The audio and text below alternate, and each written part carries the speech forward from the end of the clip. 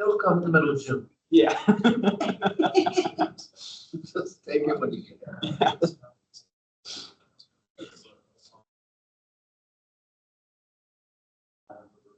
Shoot,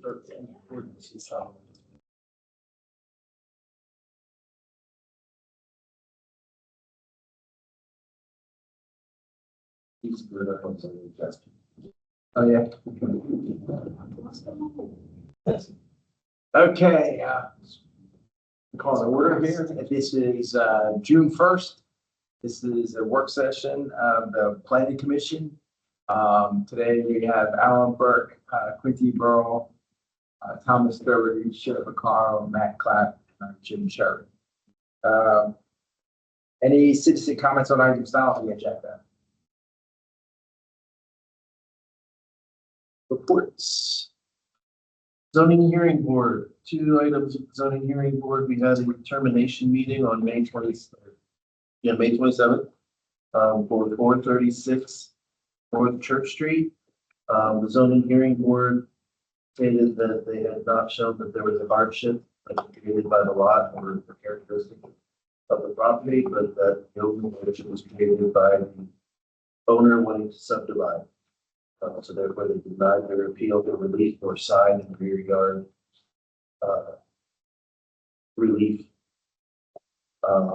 And we also continued, last month we continued 244 East Evans Street to June 15th at 6 p.m. Which is a situation where they had a training facility, personal gym, that is was put into a place that was a garage previously, without getting a zoning change of use in regards to this. They're appealing my determination that it's not an approved use in the district.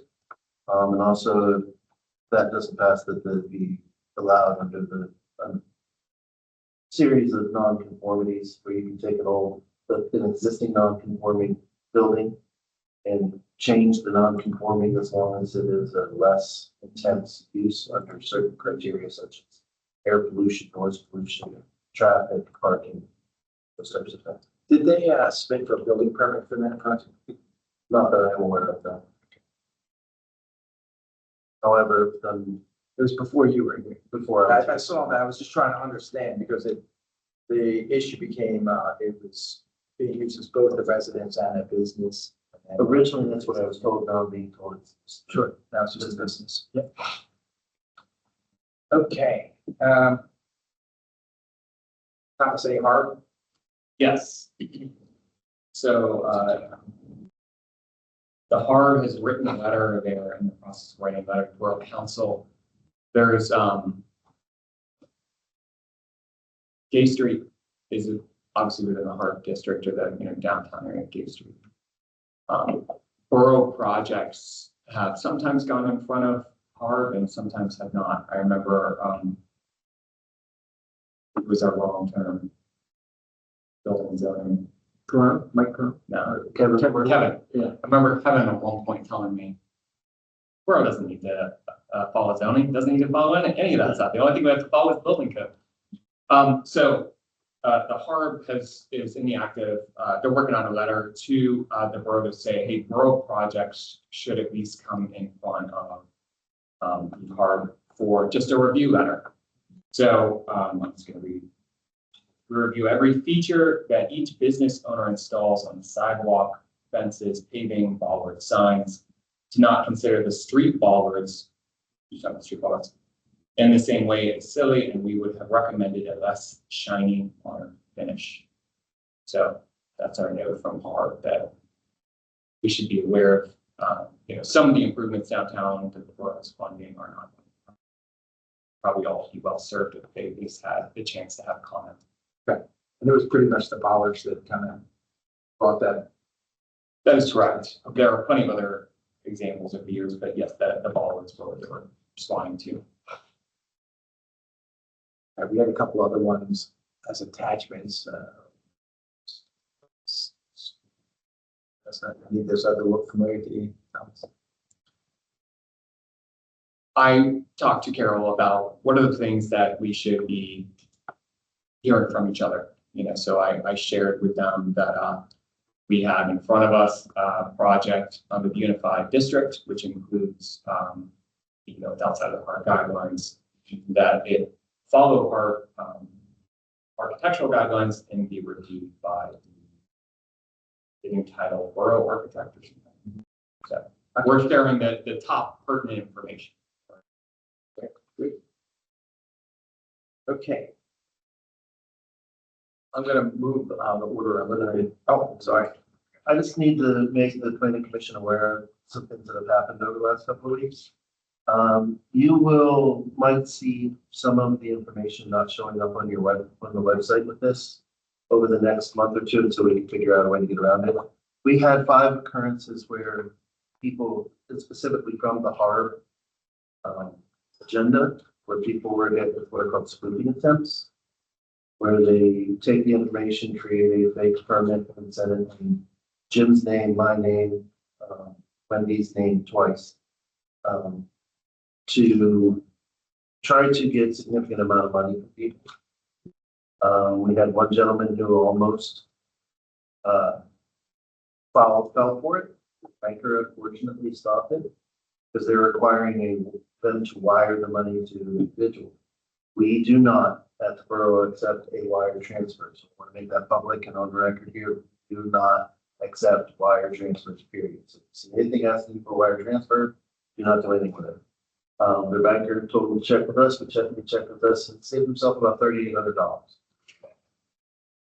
It's not something that we were hacked. It's just that they found information on the website. So what we have done now is until we can change the policies to make sure what is redacted and what is not, and we're taking a lot of stuff off of the zoning hearing board and our, we put your guys's up here because you had a lot of stuff in this that would have made it very difficult to do it any other way. But we will probably be redacting a lot of the files that you guys get to, taking off business names, business emails, business phone numbers, like that, just to make it harder for you. They're always going to push the envelope, and we always have to push back and try to correct. Luckily, nobody was hurt. There's no breach. There's no data breach, no information breach. Just people found a place where there's some free information for the benefit. So if you see, if you see that nothing's on the website, there where it's because we're trying to get it where you guys actually keep it yourselves, pull that information up and only check the door. Very good. Okay, all business update on removal of 97A1. I went over that with Aaron earlier today. We've got the location. He's trying to find that original file. So once that's The issue with that is the original. I have to find the original file because it's up on E code. Until I get the original file amended, E code can't remove it or do anything with it. That's because of the codifying publication process. Can't make changes to a file that's currently existing on it. We have to pull it off, put it back up. So I have to find the original file. there was next is the update on the Westchester University Master Plan report. I did attend the last zoning hearing board meeting where they initially sat through that. That was pushed off again till as a witness. That'll be pushed off till June 22nd. And Sean wanted me to pass on an apology to Jim for taking up the entire evening. We did not expect the university to present over 100 minutes of testimony on one witness, but we couldn't get through in time. Yeah. There were a couple things, but they spent that time mostly on stormwater. It really was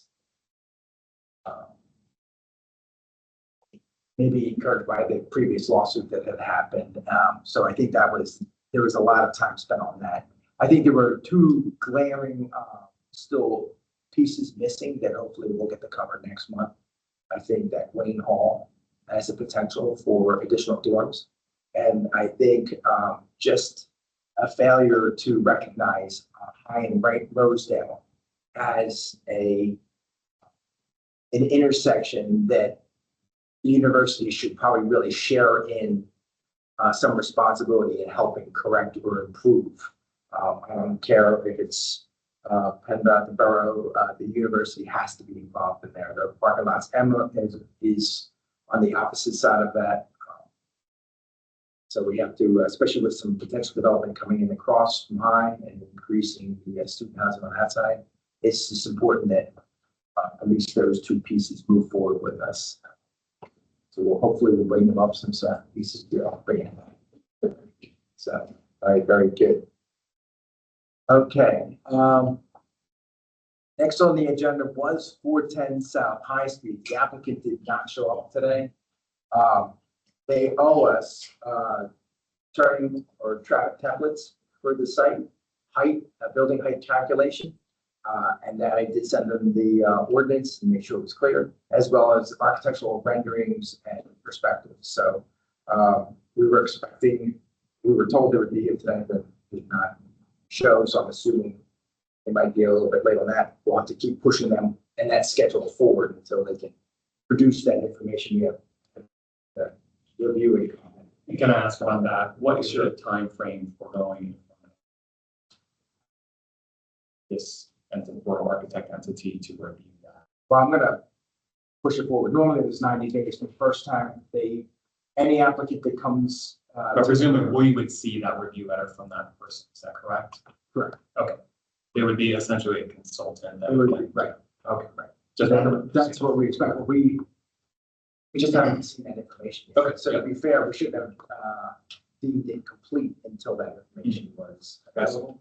And then once they visit us for the first time and make that presentation, that's when that 90-day clock starts. So, and then they can ask for an extension. It's really on them to ask, but we can encourage them to ask or they don't know. So, Where are we on the 90-day clock? well, this is the The clock runs from the first planning commission. 27 days. After they fly. They're 27 days now. How's that work? They were here on the 4th of May. I just need to be careful with it.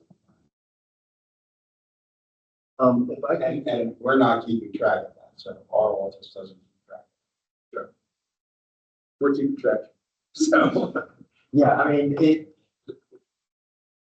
it came to us to make a presentation May 4th. That was the first time they were from us. That's when we were assuming the class started.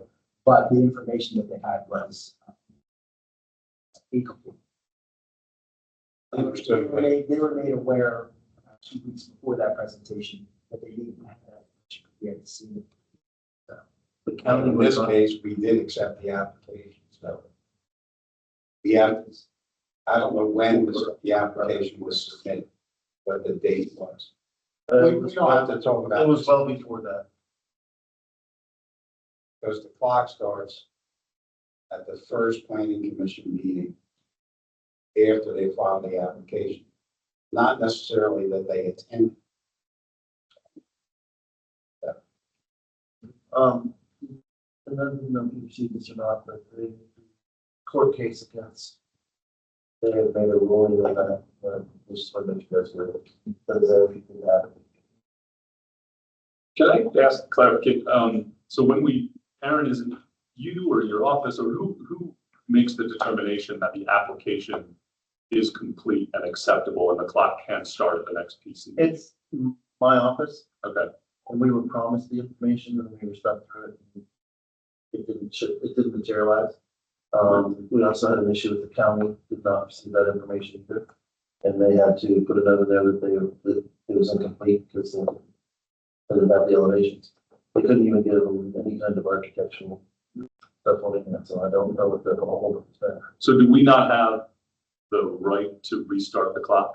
If they said they would give you something, we didn't get it, the application isn't complete because we don't have That's a it. better question for Tom, and I think it might be better to extend than to worry about starting the clock.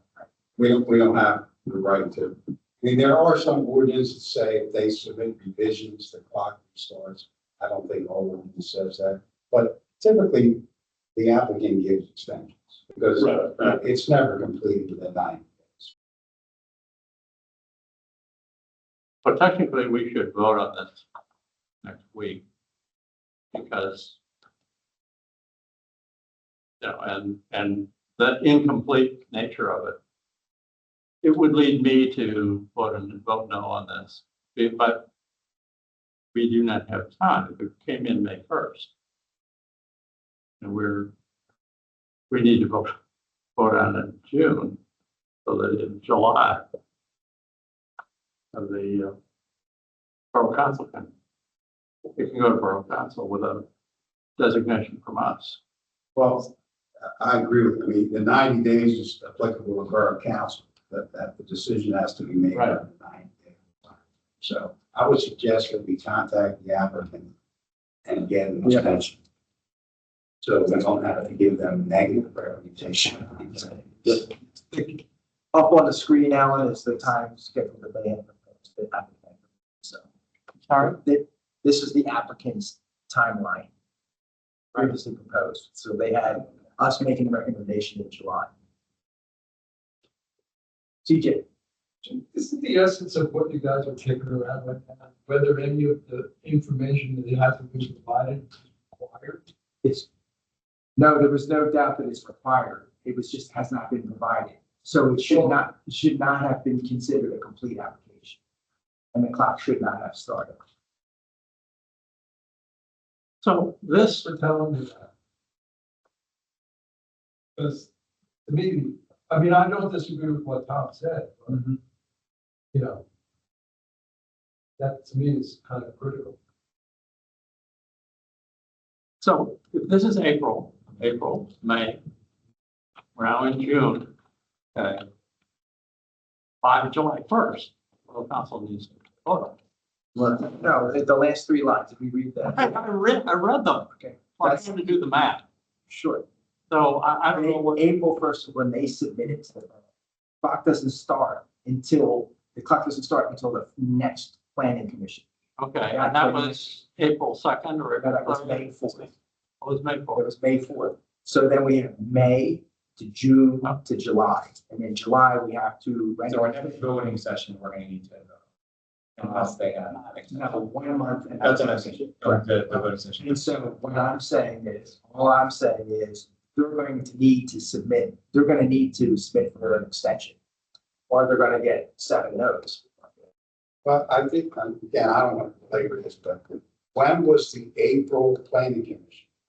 They did not have it, they didn't even have April 1st was not when their application was accepted. Okay, I'm just looking at that, it says they. And that's what they put on, that's when they submitted it, but they had other things that were missing before we accepted it. I can look exactly what the date was.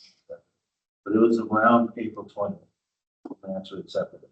If we were trying to get the information in, kept saying, if we don't have plans, then we can't send this to the planning commission. And then prior to that May meeting, I sent an email to the applicant and said, hey, we're missing building height. We want to see templates, and we want to see renderings. Then at the meeting, that didn't show up. We asked again for the part of the record, and then they have not been here since. Assuming they're working diligently on renderings and templates. So we'll be in good shape later. So I guess bottom line is we're not necessarily reviewing that, other unless anybody has specific comments about that project.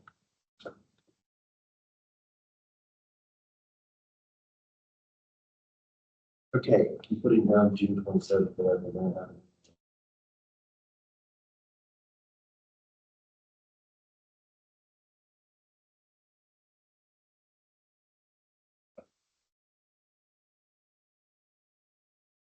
I'm going to move new business up, since Ted and Scott are here, up above the planning commission's work. Come up and take it.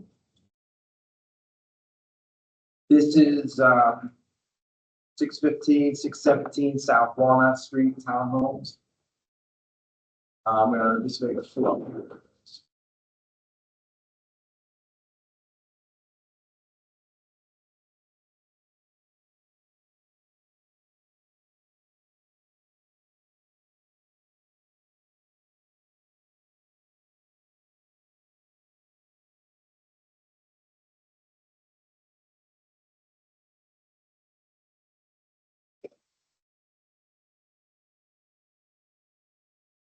see.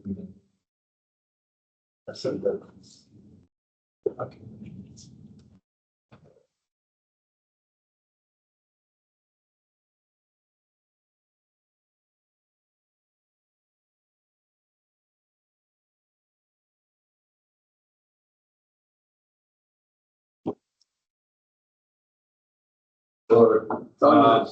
Thanks for moving us up, appreciate it. We submitted our preliminary plan for, first subdivision, by town homes on South Walnut Street. You got, this plan has been discussed previously with you guys in the sketch plan form. I was not in attendance for this, Ted was. We got, so we submitted, we got our first round of review letters, we received today, and everything last week. Feel we are well compliant on most of the comments without even any discussion, or we will be discussing with the review professionals just to make sure we're doing things the correct way. So we're here to kind of to go over it with you guys, see what questions you have, maybe ask for your guidance on one or two of the comments that you got. We also have, I did have some renderings put together, which I have with me. I don't see any, I didn't see them on the list, so. Didn't make money attachments. I think it'd be great to put it in the. Yeah, so you're on the thumb drive, sure, I got one. Well, what I'd like to do is, if we could run through the land development plans. Yeah. And yes, I agree with you that we did review this at a sketch plan level. It would Yeah. just be good to flush through and make sure everything, or Sure. understand the thinking behind it. Yeah. Finalize. Yeah, and you start there. I'll start right there with you guys. That's the existing plans, existing twin. There's a fence down the yard, doesn't follow the property line, but we're proposing to consolidate the property into one. And in the rear yard area, construct 5 townhomes with their driveways and drives coming towards Willow Alley, and retain 2 twin houses as they are now. If you scroll to, this is our layout. We are proposing each house to have a 1-car garage with 1 space in the driveway for one parking spot, so 2 cars for each house, and then 2 separate parking areas for the existing. One on Willow Alley, one on Mechanics Alley, space for 2 cars in each. Well, to put those in. The next sheet, you'll see we're proposing 2 underground stormwater systems. One will be under where that round courtyard and parking area is, the left corner, which would be the northwest corner. And then the other one will be a long trench along the rear of the 5 townhomes, in between the property line and townhomes, a long underground stuff there. There's going to be land. We're proposing that courtyard area to kind of be common area for the property. Fences around it, a privacy wall along the front, and lots of new trees. Try to make it nice. Try to make it. You guys give good suggestions for that myself. So, we try to listen to your comments. Make it a nice environment. So yeah, that's pretty much the plan. Maybe you want to go all the way down to the second last sheet would be the landscaping plans.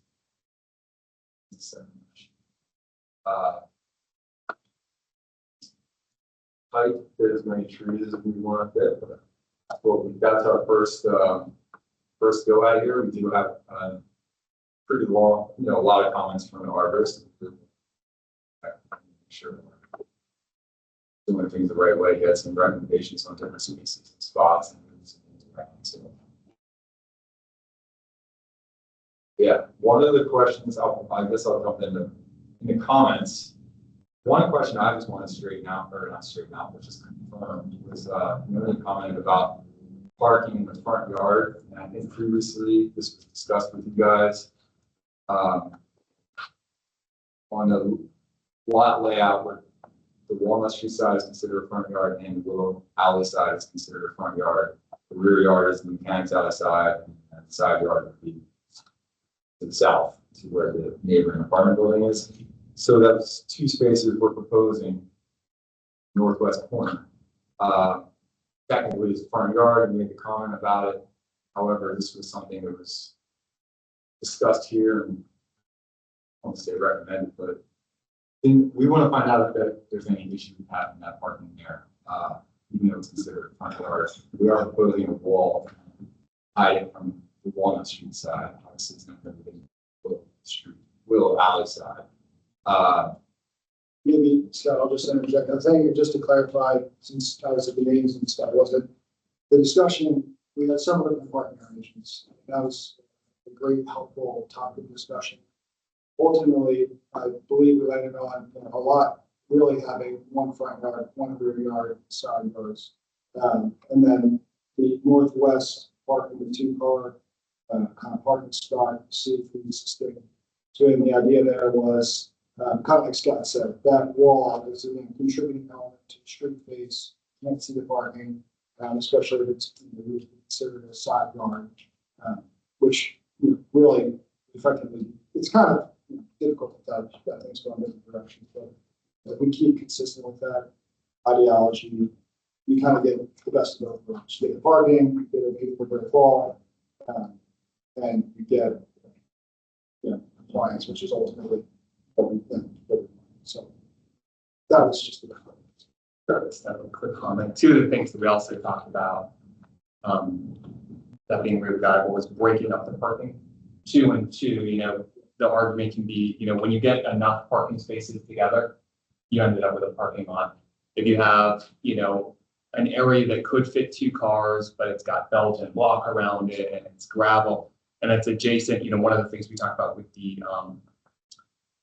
trash pickup, where a trash can is going to be located for our two twins in the front, and the elegance of having a traditional brick wall. You see it just 2 blocks to the north, being where you often see trash cans and utilities right along that wall. And so in some sense, you have this courtyard, motor court that happens to be able to fit 2 cars. But from a design point of view, it's clearly, if the code pushes back on it, it's clearly preferable from a design and an aesthetic sense. So the only significant issue in here might be a zoning issue that would have to put variance on. The reason being is it's in the zoning ordinance that says you can't put a parking lot in front, a parking space in front of the property, and it specifically deals with this type of it doesn't specifically deal with this type of a yard. That's what I meant to say. You do have a potential hardship here. Just looking at it from the straight analyzing of it, because of the fact that you technically, if you really want to look at this, you have 3 front yards. Mechanics, Willow, and Walnut.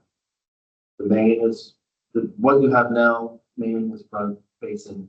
And there's a lot of things that go into this that make it very different. So at this point, for you to put any type of off-street parking in here would have characteristics of this lot that would not prevent that to allow. So you would at least be able to prove the hardship necessary for a variance. And it definitely would probably be something that would, but I need to look into that with Pannoni. Land Development's Pannoni does the overview of Pannoni, and then I review it, find it down and give you the final recommendation in that regard. So that at the very worst, you would have to have a zoning variance to allow that, those 2 parking spaces. But as I said, I can see this looking at this now, that there is something there, a defensible hardship that the lot creates, not something you. I mean, every one of the townhomes has a car in the front of it, and it's consistent with the rest of the alleys. But I would think that, I don't think we're going way out of our way. I did have a question relative to splitting it up. Are you putting 2 for 1 unit or 1 and 1? It's kind of what we're thinking. 2. Yeah, I mean, the one up in the northwest corner would be 60. And then the sidewalk along the back would access Max Alley one. Okay. I believe it's room for maybe 4 or 5 cars that I would assume share on the corner, on Max Alley, like what they currently have. It's just one block pavement back there. Okay.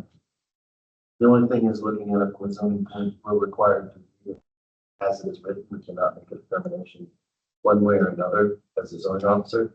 So this is 15 feet and you're 4 foot 10, you can give it 2 inches. That's just not something we're allowed to do, but you can see. But I don't see a difficulty with the way this voting committee has been going, or zoning hearing board has been going. We do have it, it's a hardship. Yeah, I mean, if it has to go that route, certainly.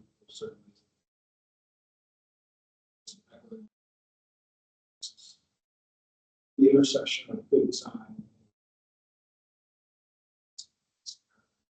So, there's obviously ways to make wider, certainly the less part. Actually, that's where we started, was, one long parking lot, one mechanics, which this is substantial, so certainly. But so the I mean, I agree.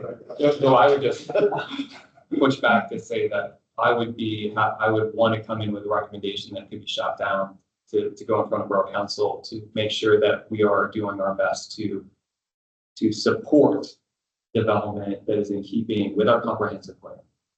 And, too often we see zoning require, the things that are by right detrimental to the borough. And so I would love to come in with whatever ordinance would be, proposal would be necessary to put forward to Borough Council to try to make that possible. as you could be, if you want to come to the zoning hearing, you can speak either way. Maybe you put it as a party. But it could also be handled in a, We could put it in our motion. Outside. We could put it in the. Explicitly call that out in our motion. Yeah. To note that we recognize the variance that we require, but we support, sure. zoning. Zoning board is, obviously, developers are very aware of it, and you can see, the Church Street property you mentioned. Right. You go back and forth, and then it comes, 3 months later, and then I think you're liable, like, you can be held up in litigation for a very long time after that. So, that's not a direction that people tend to want to take, and, I can imagine dealing with it on a zoning level, to be the better thing for the world too. Well, we gotta say that there's a hardship that is no family. Sure. And that was the deciding factor, particularly when we brought up. And the only hardship was made because they were subdivided. It's typically a normal line. This one's different. You don't have a rear or side. Well, can I ask Aaron, because I interpreted it the same way, that there's 3 front yards. Doesn't that make the southern boundary the rear yard? I think it's difficult because it technically says from the main street, Mhm. which would be Walnut, where you're main facing. The one opposite of that would be considered the rear yard, which is Walnut Mechanics, which is not a rear yard. The other one would be the side yard, the one along the garage, where the parking lot is, would be the side yard. But you basically only have a side yard because of the way this is built. And it's a very hard thing for you to meet zoning requirements. And when 3 of your 4 yards are front, it's hard to put it in the rear side. Well, and I asked that question because that does affect their setback along that southern boundary, because it's 16.8, I think, or something like that, whereas the rear yard requirement is 20. So if it was interpreted as a rear yard, they'd also need a waiver for that. Well, so yeah, I think to maybe add on to that, that's kind of where we went from the initial feedback was, we really got one front, one rear side yards, because thinking 20 side was the rear yard. So, Alleys are considered streets in the borough. So they technically have to be done from a zoning standpoint. But I agree with Thomas's comment there. I'd rather break those parking lots up and have 2 and 2 rather than having a group of 4 cars. Might be handy also to see these renderings, it can be so abstract to see these 2-dimensional. He does, yeah, I have already seen those. They really help it a lot. So let me just take a quick look. They're not in the attachments. I do think you have to keep a little sense of reason here. We all know what an ordinance against parking in the front yard is intended to accomplish. Sure. This isn't it. They never envisioned this when they put that in place. That's why I want to see these renderings. Right, well, I agree, but what do?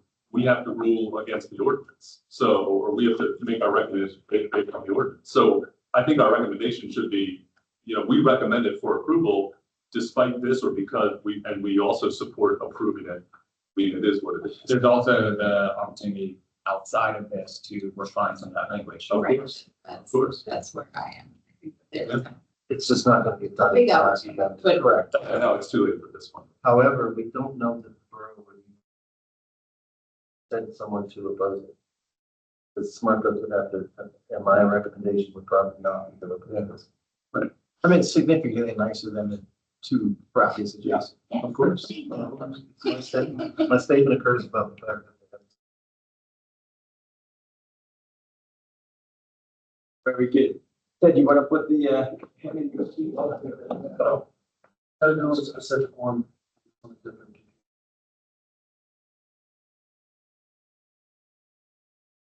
You told me three. It's got to be first one.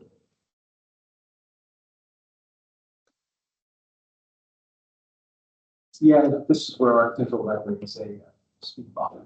Just make sure that it's. It's a.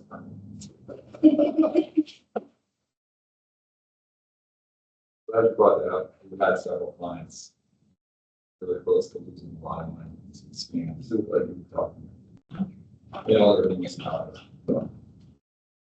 Is it labeled? I'll go to, yeah, rendering elevation. Oops.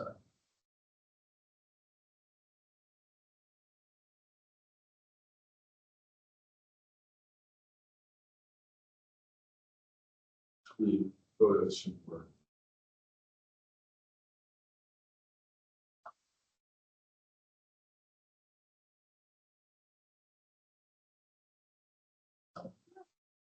Want to walk us through? I'd Ted? love to, yeah. So, I believe we can all agree this looks better than what's there today. So I'll start there, but at the initial meeting, our discussion was really around forming spaces.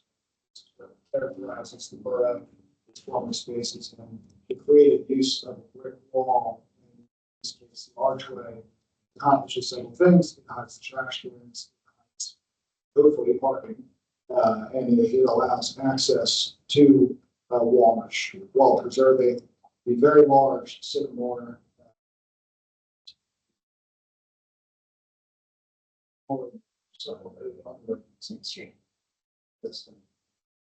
So this is your view looking from Walnut Street, and on the right hand side, you see 6 South One. So those houses are going to get renovated, and then the solar as part of this plan.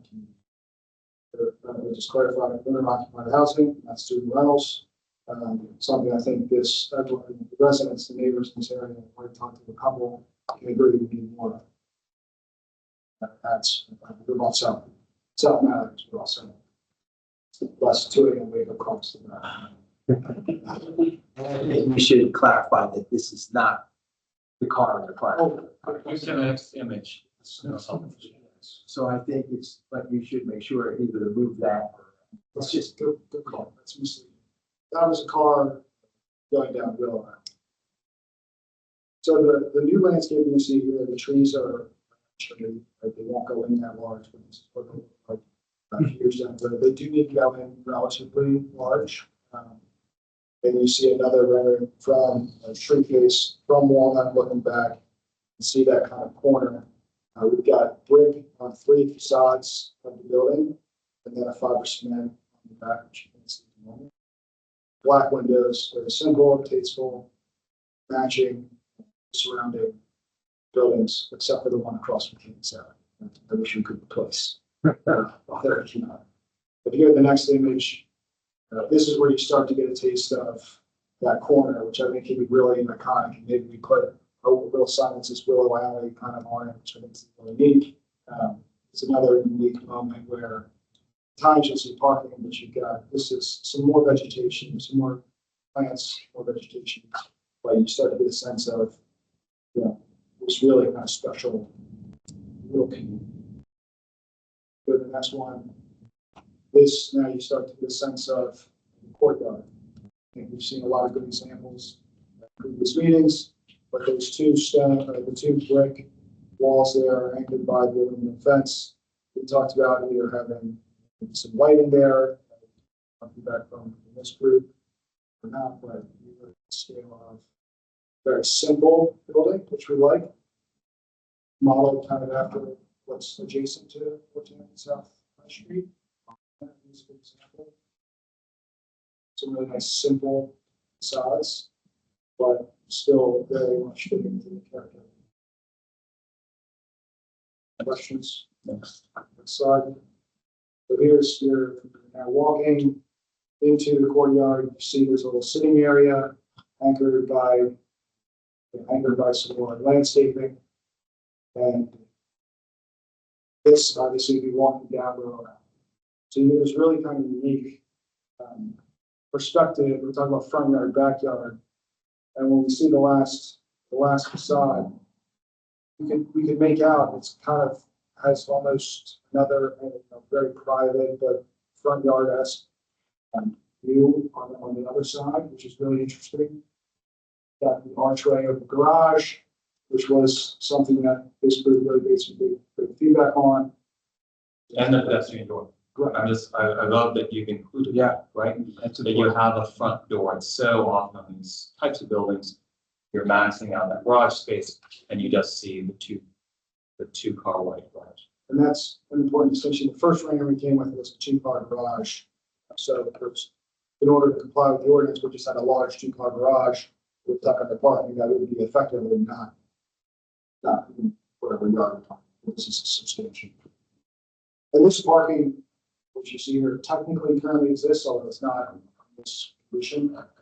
So we're down from 5 parking spaces to 2, or 617 South Walnut. So it would be the right side first. And so I actually really like this view because what you see here is fiber cement siding, color to be determined. I think this is a good depiction. But you've got a really interesting use times. You've got a really interesting hub in my opinion.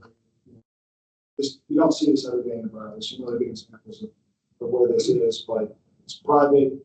It's very homey. It's nice and bright. And we'd like to, one of the things I want to talk about is maybe seeing how we can get a little private sitting area, even though it's just 2 chairs with a little fire pit or cafe table or something for each of these units to talk about. Maybe not, but I think it would be the next evolution of. So this is a view from the courtyard looking out. So sitting area, I think, Gill's project across the street. So Magnus did a nice job. They've got this courtyard back there. And this is, as a borough resident, what I'd like to see more of. But it's a more sort of interesting time. Some more unique spaces. So it shows a renovated existing house with more fiber cement, black windows, black trim. The brick is existing. And you can see looking out off. So hopefully this is more helpful than just a. There's Scott was. Yes, that's so. Can you talk about the shutters? We don't have shutter details yet. These were, so we still have to go to further with our architect. These were stock. I want to have something to discuss more along. For me, the most important was the facade. So I think if there's recommendations, I think we've got room to improve what's, the Should be 50% of everything. Widen those guys out. Yeah. Pretend they could actually close. That's right. And function as a shutter. I can do this on that shutters. Well, it's better than a plastic. Yeah. Yeah, like I was designing with them, but, because it is so plain, which is so Westchester, it's so appropriate, but if those shutters are all that you're looking at, they better look good. Yeah. So to have your functional, meaning they don't really need to function, but they look like they should. And then like safety wise, I'm worried about the lighting. there's two ways that keeping fireplace alive, but also making sure all people can find their doorknobs. Yeah. And, yeah. Just to clarify, you mean not have the lighting because of, I know there's, I should say now, I know there's working. So you want the lighting to go down and not up. But I also want it directed at the doorknob and not just like an ambiance light. So these are wishes, these are safety concerns, these are community. I think we want that lit, but we don't necessarily want to see the source of the light. So we don't want to see that glare. And there's a dark sky ordinance in the borough. So anything that may shield or direct that light, keep it low level. But I do think there's also a fair idea that a low level of lighting just to give a sense of security. Yeah. I think we should say, taken as a whole, it's striking, Yeah. just beautiful. Well, I mean, clearly, there's always gonna be some things that we wanna make suggestions about. And the lighting was commented on, and we did not come in. We do have lighting, but we didn't do a proper lighting plan, so we will be back. Sure. And we'll be creating a proper lighting plan, probably with some type of wall sconce at shore or something like that. That is actually covered in 112.09 environmental controls for lighting in residential areas. So if you're looking at what's going to be done, then that's one of the places. What was that? It's 112.809 environmental controls. Also, I did look at the existing place and on the long Mechanics Alley, you already have 4 parking spots. So if you reduce it down to 2, those 2 would still be considered being non-conformities. Illegal non-conforming as it is, so you can resurface those to zones carbon out. Yeah, you could, so that those 2 would not have to have a zoning issue, it's just the ones in the other location. Not promising that this is possible because it's cost prohibitive the last time I did it, but is a gas lantern not no promises? Or would that still fall under the same? Because those, at least the ones I've done, are not. Yeah, no, that needs to be, that's not putting off the same kind of light that we're. And also, they usually have shields on top. They do. We've seen that one. Much more intense.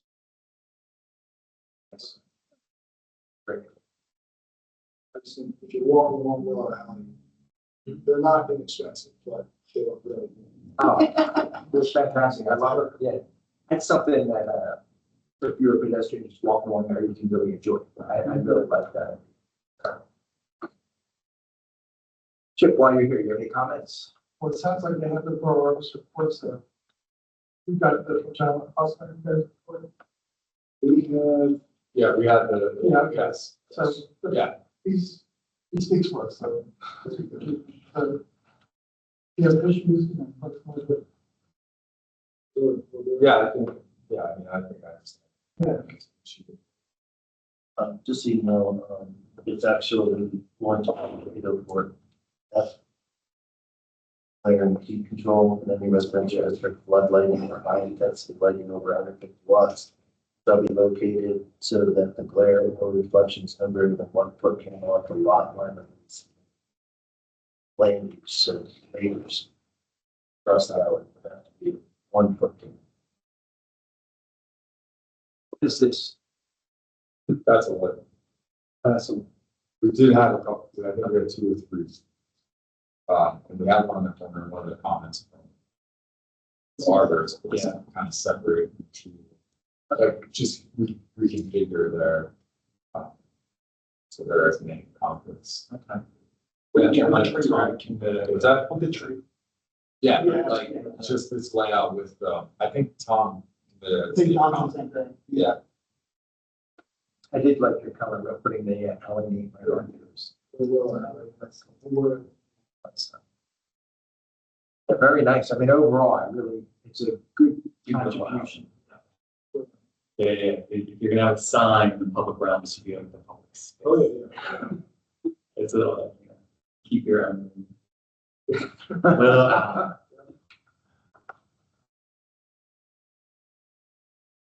No, I think overall really good. I think the comment that I agree with was that the architectural needs some development there. I did have a question on that site plan. I'm not sure who would answer it. It's gonna find it again.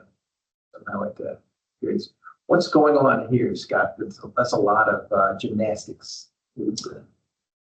Currently the steps out the rear that need to go straight back. Okay. So we're proposing to forward to a new deck with the steps going off to the side.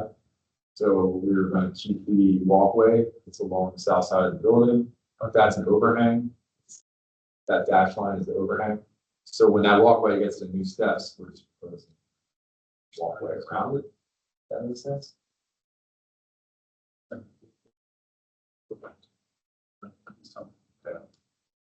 Halfway back inside the building is like a cantilever overhang.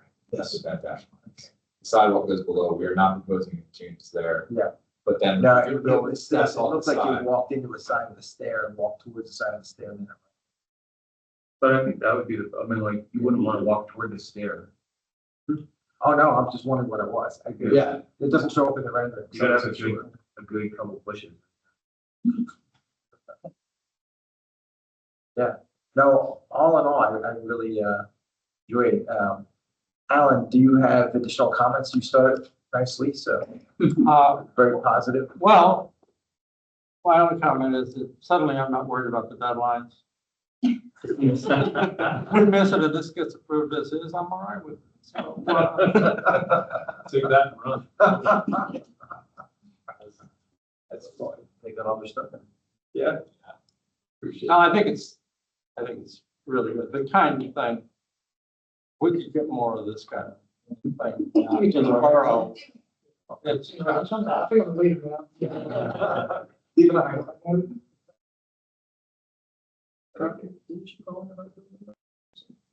Did you call me about another one here? Yeah.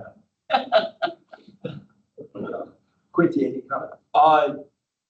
Nothing. I love it. Actually, I do have one. I think Thomas actually cited this, but were you thinking of doing a connection from the brick walkway to the driveway? That was a comment. That's a comment we will comply with. I think somebody recommended that. Yep. That might have been Tom. But, Yeah, I think it's, yeah, I think it's one. Well, yeah, we would just do a little connection. Yeah. Probably a 3-foot piece of walkway to connect over. Were you thinking of doing gates between the bricks? It's gonna be open up to the public, or is it gonna? On the I archway. think we were. There's a gate at that little skinny piece of sidewalk off the front. Yeah, I was thinking like, There currently is a gate to grass. yeah. So I think we're gonna continue with that. So I live close to 5 townhouses on South Mountain. We had to actually erect a fence because students were drunken walking through the property. So you may want to consider. It's not on it, so. No, I think a gate would be, I think we'll look good too. Yeah, you want to make it difficult for them to. Yes. stuck in behind. Yeah. So to that end, one of the questions that we had about the conversation on the south side, Scott and I talked about, that yard is kind of open at the moment. Assuming you walk with our sight lines with a similar aluminum fence, I think it would deter people from getting people in the yard or something that we don't have stuff like that or have easy access. I mean, is that something that would be okay or for the? He's talking about back right out of the street. I mean, right now, I kind of like the way it is. I'm not sure I like the redundancy. I'm not sure what that space becomes inside of that. I think this kind of, I think the wall becomes a much stronger. He's talking about the back. Yeah. You're saying like just, yes. Yeah. The mechanics on your back.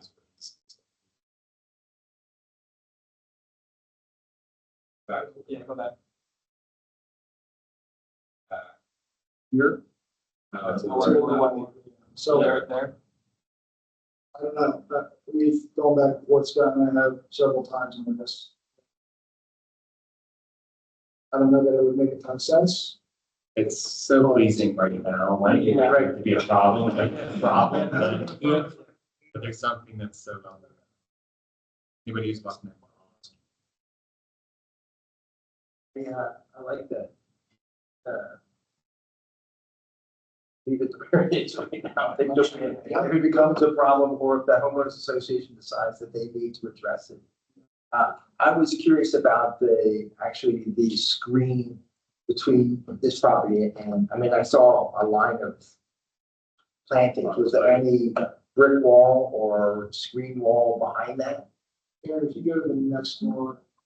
Currently, we have a fence, we're proposing a fence there, we don't have a fence detail in the plan, I see but brick. Is this your brick? Well, that would be. That's cedar, yeah. Yes, cedar. So you see, Yeah, it was, we're trying to marry the, not being cost prohibitive. Sure. That's right. Yeah. So it's cedar. Maybe you can run it that there. The whole way, yes. I think that really helps. right now there's a 6-foot chain fence there. Yeah. That's on their property. We're proposing taking their property back. No, and I think that's where even showing this on that, plantings that fence back, it's gonna be a decent space there.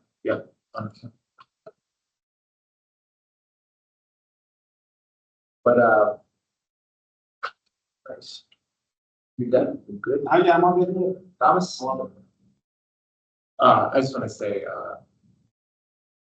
thanks, you came, or we had a discussion about this, a number of months ago, and your ability to capture that with these renderings. I hope that 410 South High watches this video because there's so much value to providing 3D images or at least elevations. That's, I think, largely what we're, trying to maintain, sustain here in the borough, the character of the borough, and it's really hard to do that with just civil engineering drawings. And almost all the time, that's all we're talking about, we're talking about civil engineering drawings, and really the things that are going to make I think, a more significant difference to like walking around are some of the details we're talking about now because you're showing it. So thanks for that. I saw a number of comments. I read through committees that are, and I made some notes. I'm not going to go through those notes now because you really have that chance to respond to all of them, and I'll look through those responses.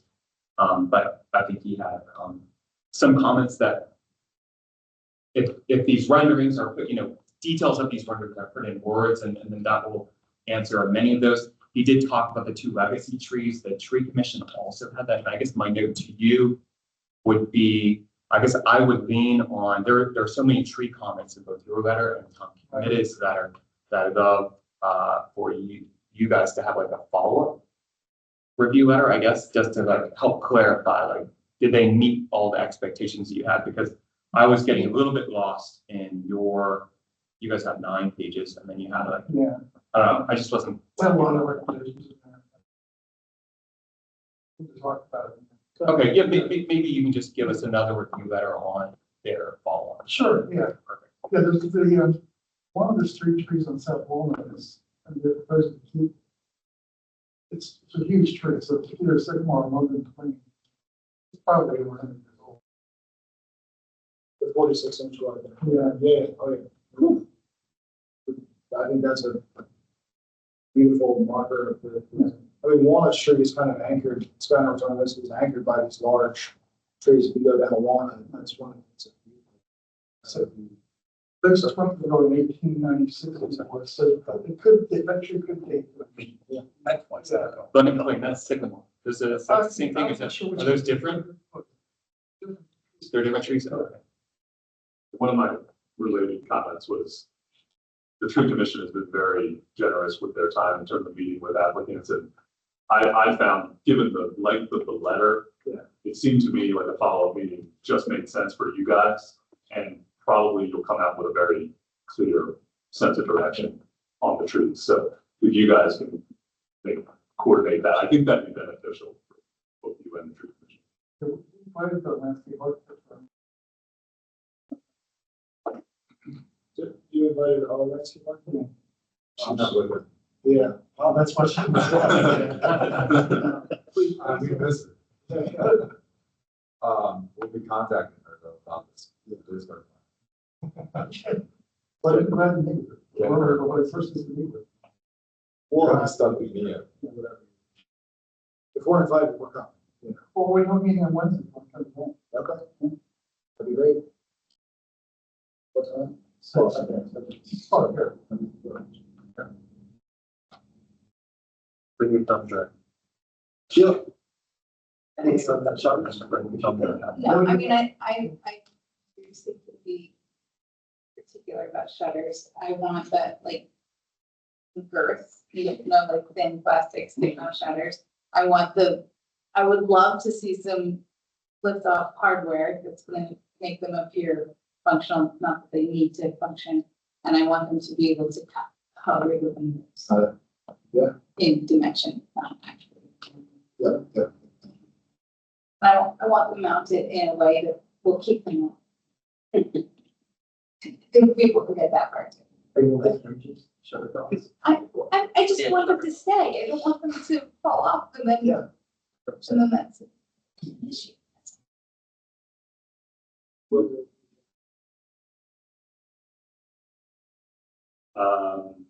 I will reiterate, this is beautiful. I hope we get this.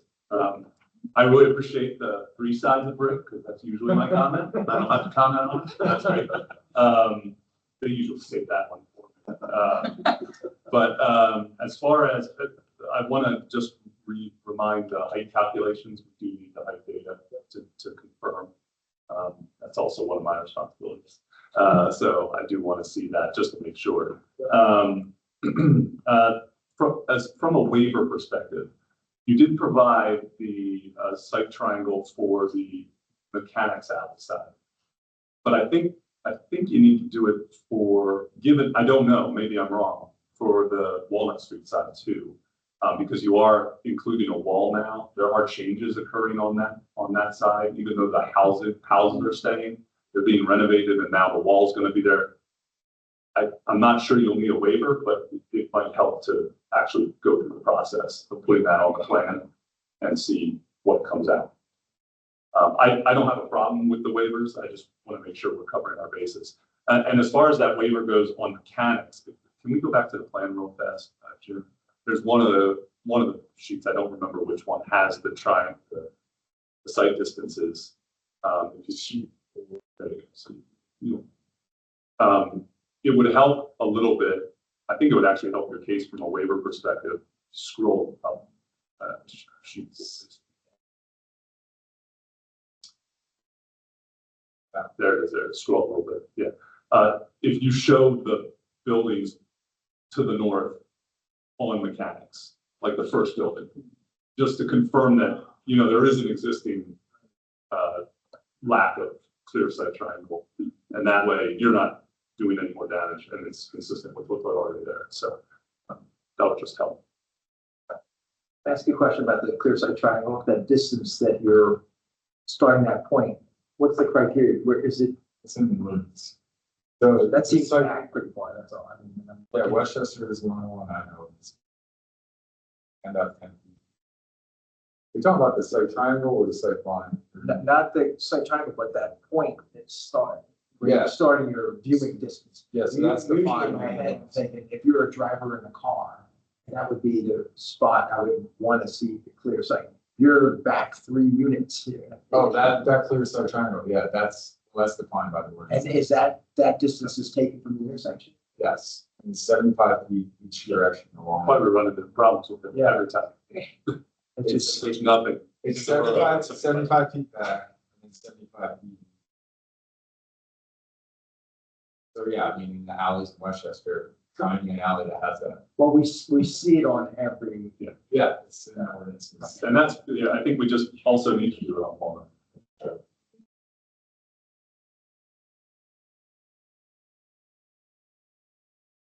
No, I mean, it depends. I've seen it that big, but it's usually you're on intersection 9. Right. You know, it's not really an alley in borough. In other boroughs, you're typically seeing it short, less. I thought he was talking about the site distance. which is the one that's 15 feet back. Mhm. Westchester Borough is 15, most. That's what I would. And that's- I think that's what. I was- Yeah, I guess I'm talking about voting I'm talking about- ultimately, yeah. I think we're trying to understand, because it would be good if we can address that. That's right. How to say right sides the triangle for the borough. Yeah. So if you're seeing stuff in other municipalities, especially in urban centers, like, to say Kingsville, kind of square, something like that, that has something different or significant, like here. I can't answer that. I just in general, so distancing measures, and that's definitions tend to be that. Westchester Borough is 15. In my experience, it's somewhere I have 15. Well, we're gonna be revisiting, so we can help us. Okay. And we may end up, that may be a waiver of some of the comments we had, or maybe, but we'll have to. Yeah, I think it has to be, yeah. Yeah, just with where cars have to park. Sure. Not only that, but it's just good, it's just what we need to do our own homework. And so often we've adopted things from the 80s that were in some kind of. That was just bring it back out. The highway department, PennDOT has actually advanced, and they removed it, but we still have some of that language. So No, we need to catch up. PennDOT's always been, hasn't been figured out. It's been 10 feet. Still is. Or it's- Okay. I like your answer, it's not a camp. I'm going there tomorrow. Paint a picture. It's a picture.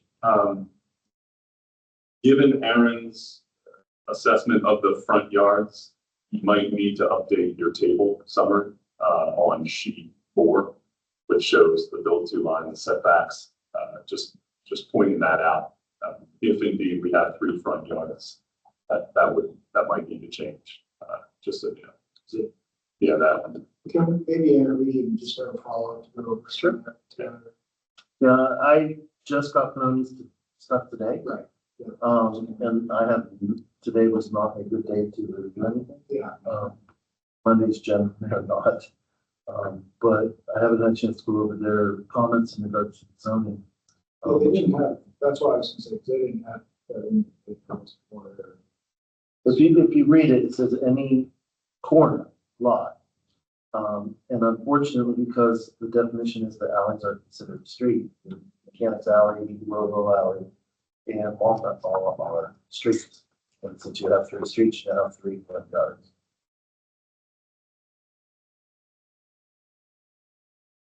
Well, Yeah, it's kind of something to follow resolve. up. But that actually works for you in another regard, because it creates a hardship that you have to overcome for those 2. And just for my clarity, I'm just, in my mind, I'm in Jim's neighborhood and I'm walking down one of the alleys, and obviously all the parking in your neighborhood is off of the alleys. Either in gravel lots or garages. In your understanding, is that all non-conforming? Only the corners, the interior lots would not be, that would go Those are rear yards. So the corner would include the 3 faces. The next door, the next guy's over on Mechanics Alley. They don't have 2 faces on it. if you take the way the lots are right now. Yeah. 615, I think, is the one that has the big yard. Yes. 615 is a corner lot, 617 is not a corner lot. Right, no, I'm at the next lot down. No, but just that you like get Cherry out. So it's essentially like, so obviously the corner here, can you just zoom in on the intersection of Brandywine and Cherry? That is non-conforming. Is that correct? Technically, yeah. Well, okay, that's even on Brandywine, but like the next. Yeah, that one there would be. That Let's actually. explain that one. Yeah, that one, the one, right in there. So is that's parking, that's. Technically, the way it is written, and I'm not saying I agree with the way it's written. I'm just saying it's the way that it's written. Yeah. That one with the garage is a non-conforming corner lot.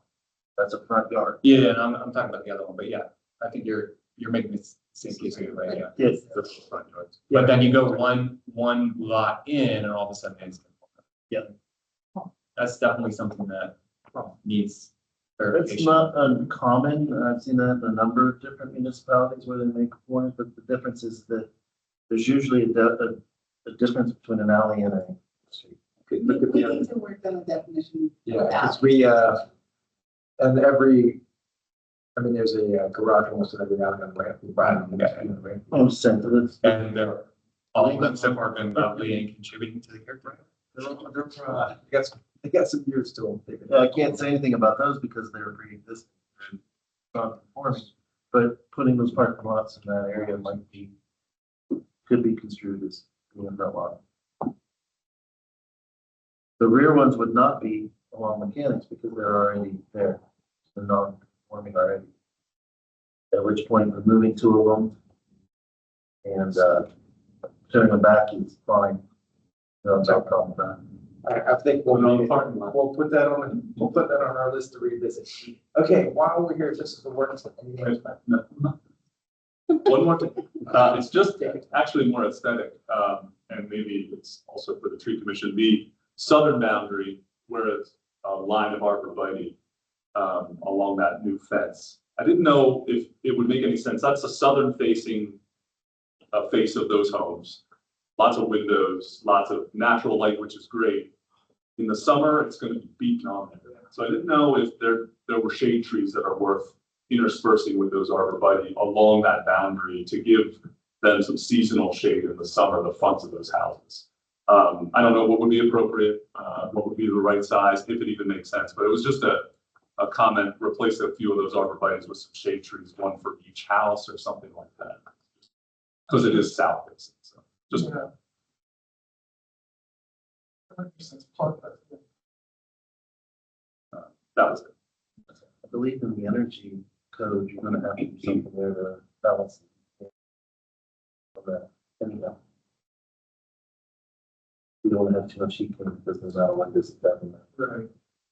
Yeah. Adding some shade, It's gonna occupy that more space back there as well. Yeah, those would rise up above. Right. Mature trees would be a Exactly. little more headspace.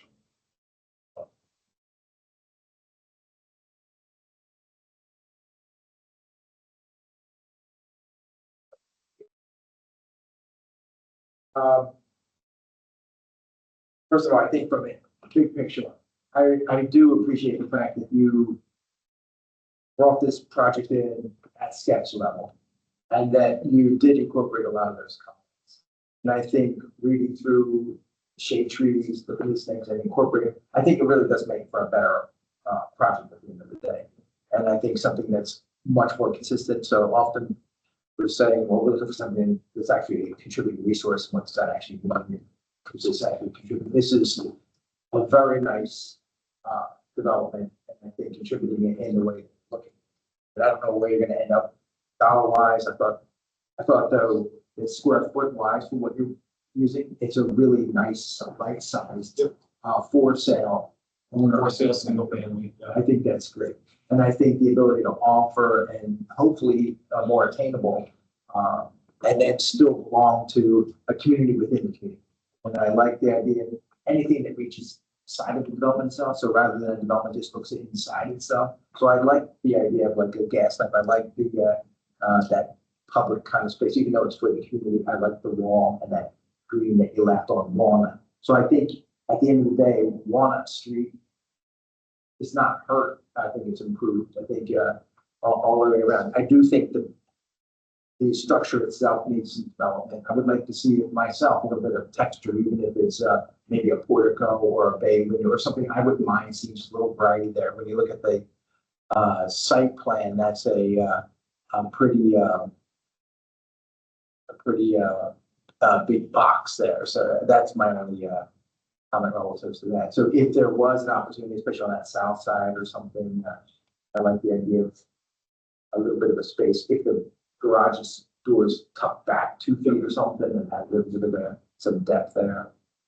And then also maybe those changes in materials. So whatever you might be using for the garage drives, maybe if they're pavers or maybe they're Belgian block or maybe if they're maybe some pervious materials, things like that. But I think there's opportunity there at that nice scale to really make that a really nice space. Lisa, do you have anything wrong with? I don't. I like it a lot. I I'm big on sightlines, so I don't want to lose too much of that. But it'll be a nice addition to the neighborhood. Darrell, you're down the street. Parking, Yeah, Yep. 3 bedrooms each unit. So, 2 to 3, and I say 2 to 3 because these are smaller units. We'll either have, we've got to look at the architect for exactly how many, but probably 2 primary with a smaller 3rd bedroom that might be an issue. But we're not, the objective is a younger family, given the context of the neighborhood, given the square footage, It was eligible for a parking permit, I don't think it's she's serious. So that's a good question. I don't, that's fine, you have to be. The parking permit, I think you're asking to be over speed. Or maybe just the two originals. Twins, yeah. So I went South Malick, and there was a newer, similar style 5 townhouses behind me on Mechanics and but they have 2 spaces. And I very rarely have I seen like, I don't think a desk phone or something. So that's why it is, so the, you have some, 3 in South Mountain, you get a permit. But 2 in Mechanics Island, you cannot. Okay, makes sense. And if you can't get a permit, you can't get a guest. That answers that. But yeah, great question. 2 spaces. The idea is for a small, younger family. Leaning towards that attainable, I mean, I don't know, in the borough, that you can build a more attainable product with these material choices. Is there anything you write in, like in homeowners association agreement, that they don't turn any student vows to protect someone who, say, for instance, what's that? They can't. Right, like we don't have more. Well, correct. You're right that they're not letting student permits out there, however. well, they do if they meet the requirements. Right. Or which nothing does. Yeah, right. But my only point was, it would be nice to be able to tie down and protect neighbor within that, because it's a prime location for potential and someone, an investor is competing for these over a younger home buyer. So the great that we're saying homework or an older woman. Yes, yes, we're trying to house older men. It's not for house. So Man. The old ladies. Just the women. But my point was, is even within maybe the homeowners association, that these are owner occupied. Is it? Yeah, well, so I spoke to one of the neighbors directly behind us, and they have that in our association. And I don't think there's a problem with that. I get a little, I don't want to promise that, not live in it. It's like, part of my business is around property, so we have a lot of, we don't do any student housing, we're high-end, nice homes and apartments. So like, I don't know, I want to promise that I don't want to have a nice young family who just is transitioning to the area who wants to rent something. Because I do think this could be a nice fit for that. But certainly no student housing, and maybe the HOA has to approve it. We can put some guardrails in there so that they can meet the other, similar to a condo down in the city. That's unreasonable. But yeah. Great. But no, thank you so much for putting the effort into this project and kind of leading us in a really nice place. So nice job. Thank you. I'll start the form, so. Around this week, if they want to Reach out. Thank you very much. Let's go. Thank you. Yes, thank you. So, yeah.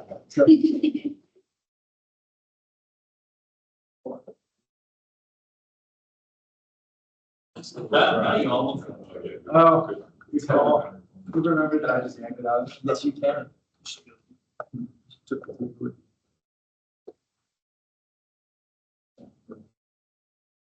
Okay, so that's new business. All right. We have our parking lot issues. Couple things. Matt and I went to the smart growth. That was moved forward, so everything was good. And that was with the height, the contraction of the height over the. I think we need to work on better graphics on that final version of it, so that it's more clearly defines where it's allowed and where, and it won't need to worry about where it's no longer allowed. But I think there was just some, I didn't realize it, but there were a couple people that were colorblind. There were a couple people that weren't quite getting the area figured out. So I think somehow on that zoning map and that overlay district, we need to come up with something that, and I think once it's, that's what the district is, I think we could do something really. But there were some color issues. Well, because the colors are terrible. You can't see. Red and green should never be used. 40%. I'm colorblind, but even non-colorblind people can't see that. But you did a great job of presenting it. Thank you. It was nice to have a tall person there too. To reach. It was. Aaron almost got up on a chair. Yeah. That's when I sprang at that. That would have been pretty. The sad part is they were holding the point. Right. Not even. So that was that one, and then I know it's a little bit out of order from what this, but the data center ordinance, we did move that forward, but there has been some additional information that was added onto that ordinance, having to do with sound. Sound and vibration. So it'll be back through us again just to sign off on it.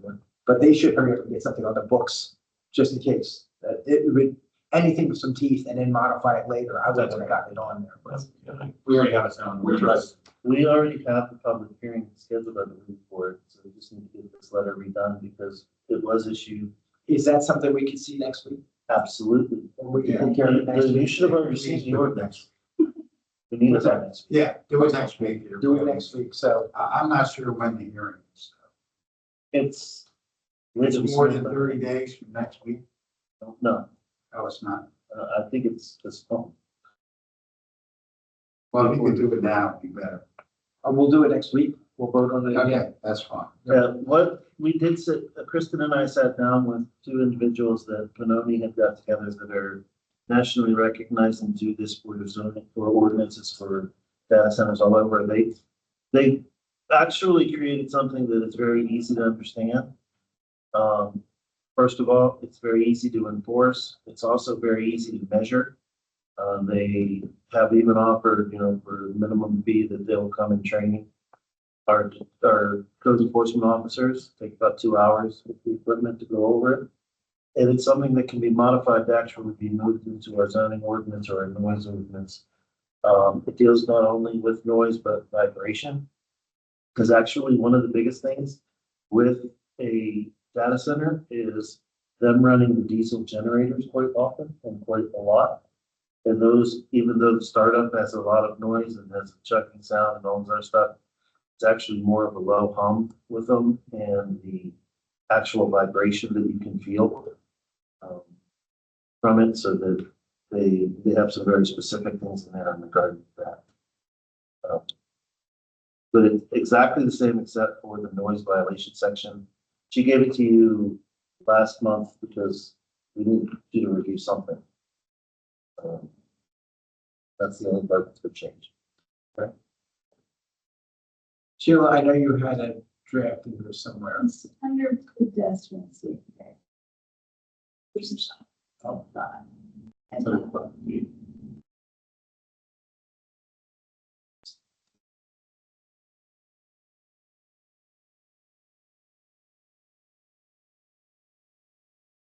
it was under that.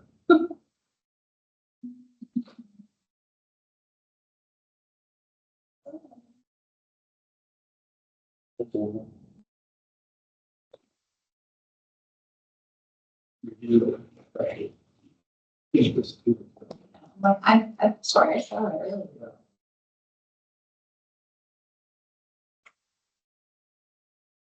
Well, I think we've seen it, so can't find it. Because it was definitely up there.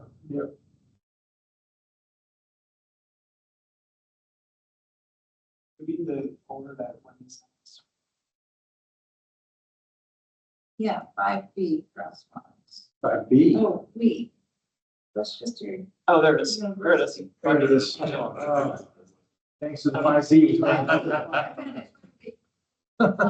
So I threw together very quickly two concepts. And I actually really wanted to do a third, but so these are, my idea is that we go out to Stencil Faster, some generic but decent stencil supplier, get some basic stencils. These would be large. And then we'd be able to block sections off, and anybody with a Graco machine could go out there and paint some of these relatively quickly. So like no special art skills needed. This is just the Westchester flag and then the Westchester logo thrown in there. I, for a hot second, thought about, do we really line up the streets with the flag and but never mind. Then this is the other option, which would just be white and brick pattern. Yeah, the part of the issue with this one is you have to get rid of the current crosswalks, which would require a grinder to take those up. But it's doable. We could throw down some brick patterns and the seal in the center there. And this would have to be adjusted at each intersection. So we have to come up with some stencils that fit together properly, which is doable. But these are just concepts. You said you had a third. The third concept is lining the colors up with the parking signage, which is not the blue and yellow of the flag, which kind of irks me, but like, it's a darker blue. The nice thing about the blue and yellow of the flag is it kind of lines up with the blue and yellow of currently available in street paint colors, right? Like those colors, they're not exact, but they're pretty darn close. So it will be very easy for Sherwin-Williams to mix up exactly our colors using the base paint colors of existing blue and yellow, which are the most sold colors for street paint. If we went with it doesn't take me long to put together something.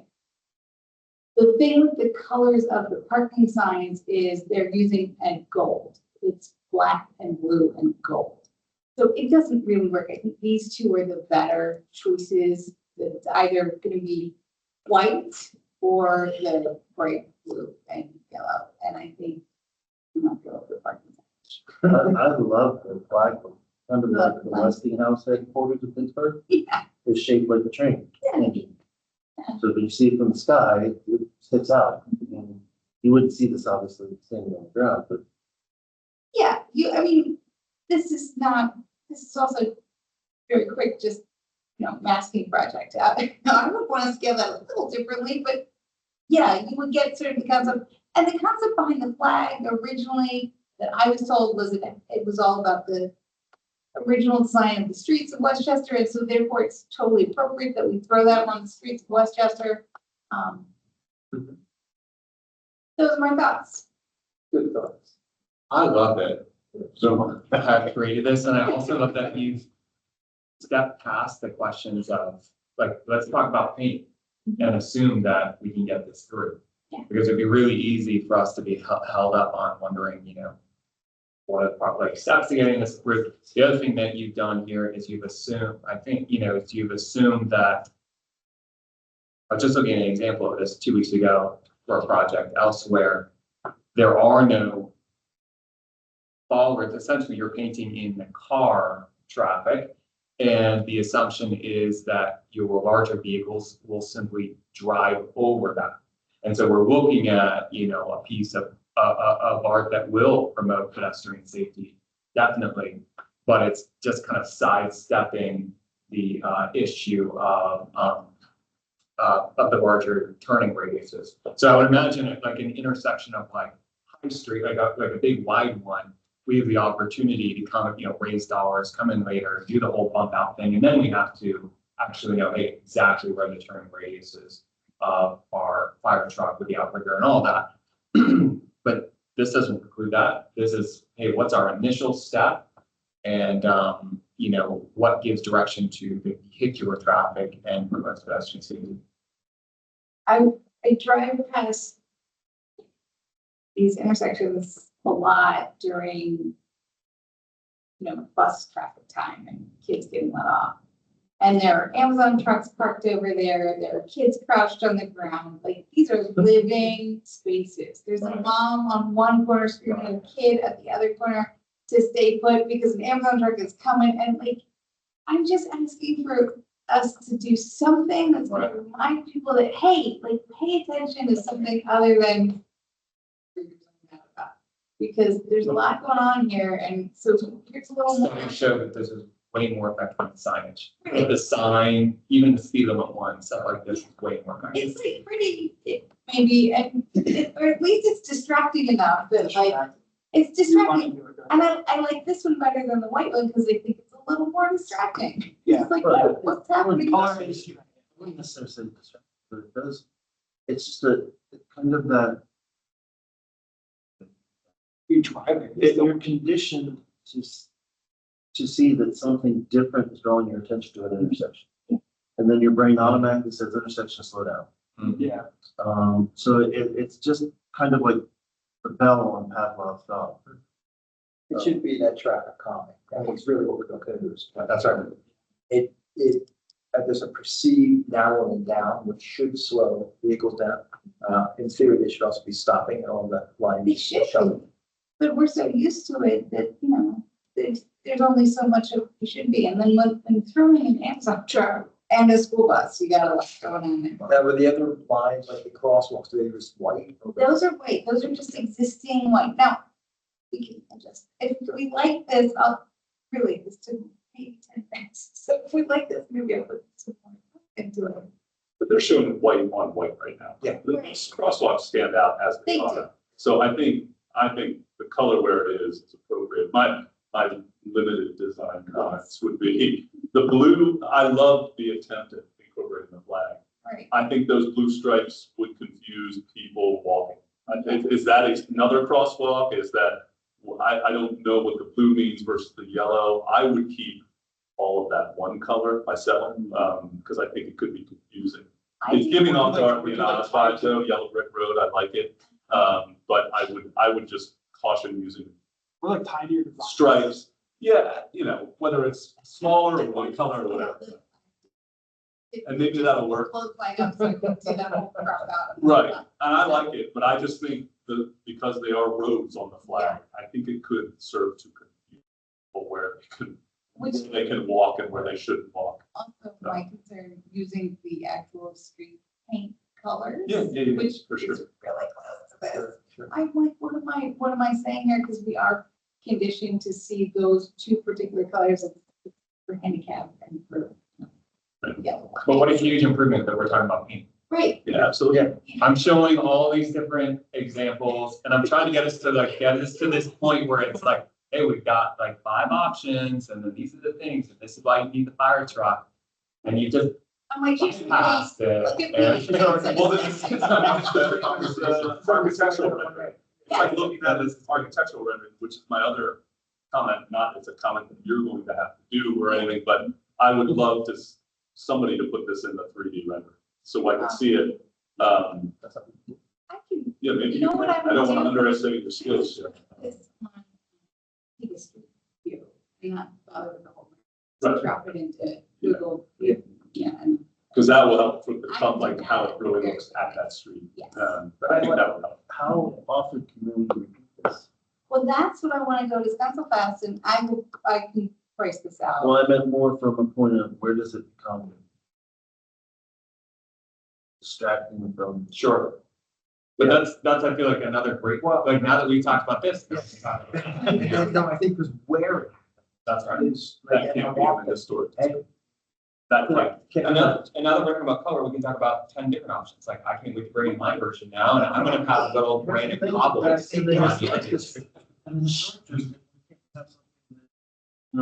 Might be like almost a scroll with meet people, or I'm just throwing something out there.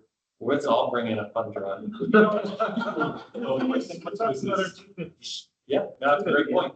We're I love talking, we're going to have it in 50 years now, we're going to have our 300. So, there's always things you can do in the historic district. If there is a famous person from this town, you can always do something with, that goes around them. I've talked to you about Millville, the way they did it, the 150-year-old, 120-year-old candy shop that made candy. And it looked like Candy Cane Lane. Then they had an underground railroad hiding spot built into one of the culverts that were in under one corner, so they put in something about the underground railroad. They didn't do it everywhere, but when they had some sort of historical thing, they did a. Or they did sponsors, something. like a Rams or something. I mean, I think there's an opportunity to get somebody else to pay for it. Persistent. Yeah. Those are some big persistent. I mean, they're not that expensive, but they're gonna be a little bit fun. Yeah, they can use those. Yes. Find some decent stuff. That's what that's at. So on borough, so, okay, just back up for a second, on borough, managed intersections, like one of the ones that we talked about last month. What would be the process to getting approvals to changing the colors on a street? Jim, I heard you have, would know Well, that. I agree with you that if it's not a PennDOT road and the only individuals making decision on it is borough, would be perfect. So what would that process look It like? would, first of all, would be putting something together, because smart growth, smart growth would then have to approve it for consensus. I think it's called, then we'd go to the work session for council would discuss it. Would Pinoni have to weigh in? You know, are they gonna No, comment? more likely RV be the ones in this regard, because Noni is our zoning and Okay, whoever, somebody. the some RV consultant. would, they do our streets and Yeah, intersections. and RV stuff like that. helped me in the price. So it would most likely be RV. I think we loop Will Williams back in. Sure. And then, consult with somebody. Right, and this is like a different conversation in some sense than bump outs, but it's like, here, this is our incremental step. Yeah. This is what we can do now, this is, a bump out's gonna be $500,000 for an intersection, $1 million, whatever. Like, Well, let's just say, just to try to. Listen, we need to make this safer for pedestrians. That's of this.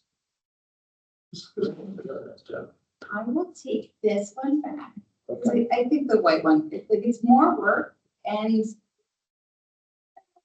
to do with this stuff. I think some color is necessary, not too much. So I'm gonna take this back, work on a little bit more, and I might even price out some stencils. What, can I ask you, the stencil in the middle? What is and it's night, what is the purpose of that specifically? We don't need that. I mean, that is definitely less pedestrian focused. However, I think driving those intersections, there's something, I think it's the most pedestrian focusing that's gonna sit on the car. I was gonna say, I see that in examples. I think the vehicles. That one there, I would love to be at a significant intersection, or maybe even be one at the beginning or ending of the 5K loop. Because, Sure. because you're talking about having something that really sets off the borough. Like I said, with Westinghouse, there's a whole bunch of stuff all over across the United States where you can see these little intricate things that they did with their buildings just to make it so they stand out. Yeah. Because they're starting with brake, with engine or brakes. Right, and that's what I was asking, I didn't know if there was data supporting kind of slow down, do that, or if that's something we really want to repeat everywhere, or only at specific special intersections, you know, things like that. I mean, I think the pedestrian location sort of like, that's for the kids getting off the school bus, like, oh, you're sort of safe here, right? Mhm. You're sort of safe on that paint area. But the cars driving, when you get a school bus, when you get the Amazon truck, when you get kids running, and then all of a sudden there's like this weird thing in the middle of the street, it's going to slow traffic down. And like, weird thing in the middle of the street is a proven thing to slow. But presumably, like, we're looking for like a test. I mean, it's gonna be enough of a lift to get one, right? Like you work on one and then you figure out, is this appropriate to do a second time? Right. You know, And I think if we do put the money into that stencil, we can use it up.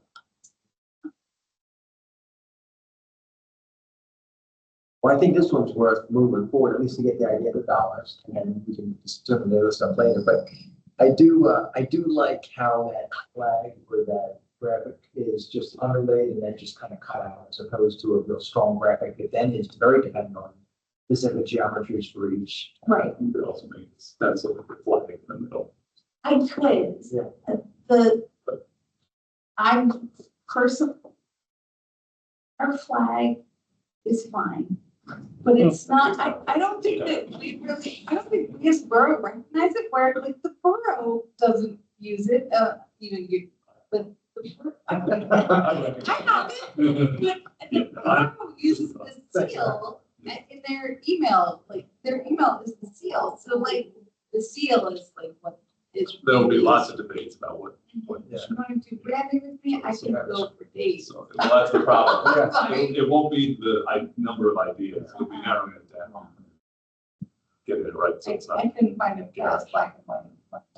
Would work there. That's a- If you paint in the middle of the intersection, stencil, would it possibly give a visual to that that's a pedestrian area? Like somebody might want to cross the street diagonally. I don't know, it just seems to me Well, that you might want to limit the paint to where you want the pedestrians to be.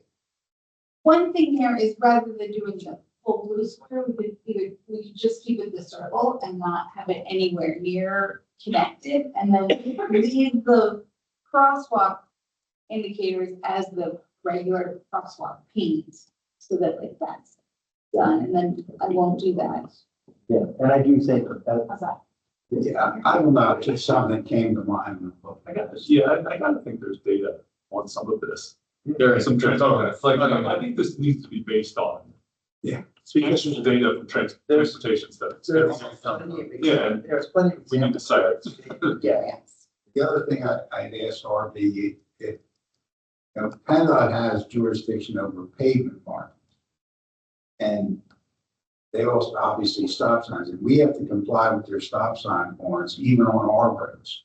So I wouldn't just assume that we can do whatever we want on our roads. Right. I would ask them.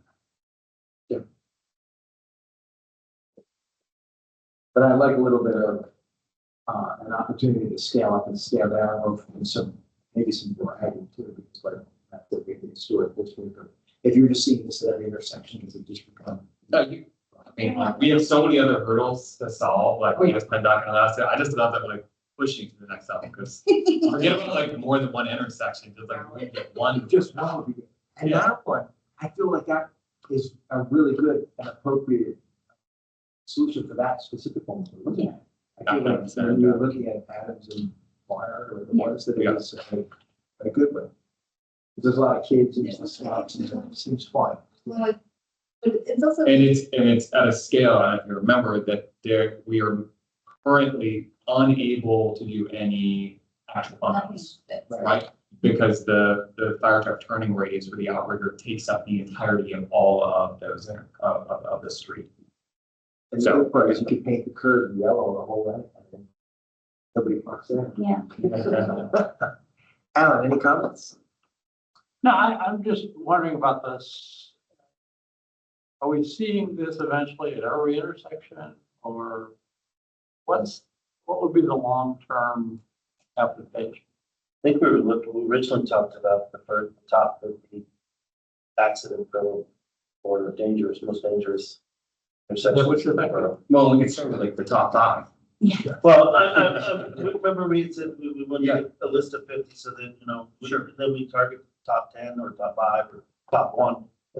They keep going I down. think that the borough, the idea of pedestrian safety is list Right. once, and trying to maybe at least address it, at least in one location, see how that takes, what it costs, what the process is, and then start identifying intersections around the borough that either the neighbors or the volume of students and vehicles across there warrant addressing it a little bit more than what's presently. So it's not gonna be at every intersection. I don't think that's, Though I guess my argument would be like,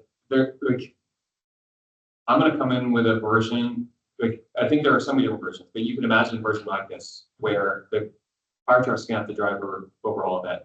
But you're just changing the material. We're gonna be up against Public Works, up against PennDOT, up against all these different things. So in some sense, thinking about the paint too much is like, that's like so many steps down. I'm gonna come in with a version that'll be more expensive. It'll be like Belgian block is the exterior, brick herringbone's the interior, and then there's gonna be a circle in the center with also some brick and different stone, right? Like something that's more like you would find it in Charleston or Annapolis or something like that, you know? So each one will be different? All I'm saying is that you can come up with different iterations where like, you can imagine one that there's no paint or it's just different materials. But I think that like the lift to figure out like, can you do anything is a big enough lift that in some sense, like maybe we don't even worry. Because if this is at every intersection, that's terrible. Yeah. Right, horrible. We don't want that. I think, whatever. But if we figure out how to get like this in one location, I bet you we can iterate in different ways. Where if there's like the center brick detail and Belgian block details, that could be appropriate in other places. You know, so, And some you might just have the corners. Mhm. there Well, you my go. thought is, I still think that from a public art standpoint, that you can maybe get somebody, like, I don't know, like Kilwins or something, and they want to do something, or Westchester University, they want to sponsor 2 or 3. So they certainly have some intersection. Yeah. But that underlaid graphic that happens could just change Yeah. depending on who's paying for it. Right. But maybe we keep something common, like conceals. But there's something that we can have them together, make it make sense. I think just the Like a portrait of the planning commission. That's right. Just can you continue driving over that? You'll probably stuck out there all day. Or we need to get run over. All the developers. I'd go that way. That's very nicely done. I think I'll look at for this. I'm serious. You have that at the start of a clap game or something like that, or you put that as secrets where you have. Sure, well, that has to be a trick in the market. Yes, that's where we start all our clients. That should be Kilwins.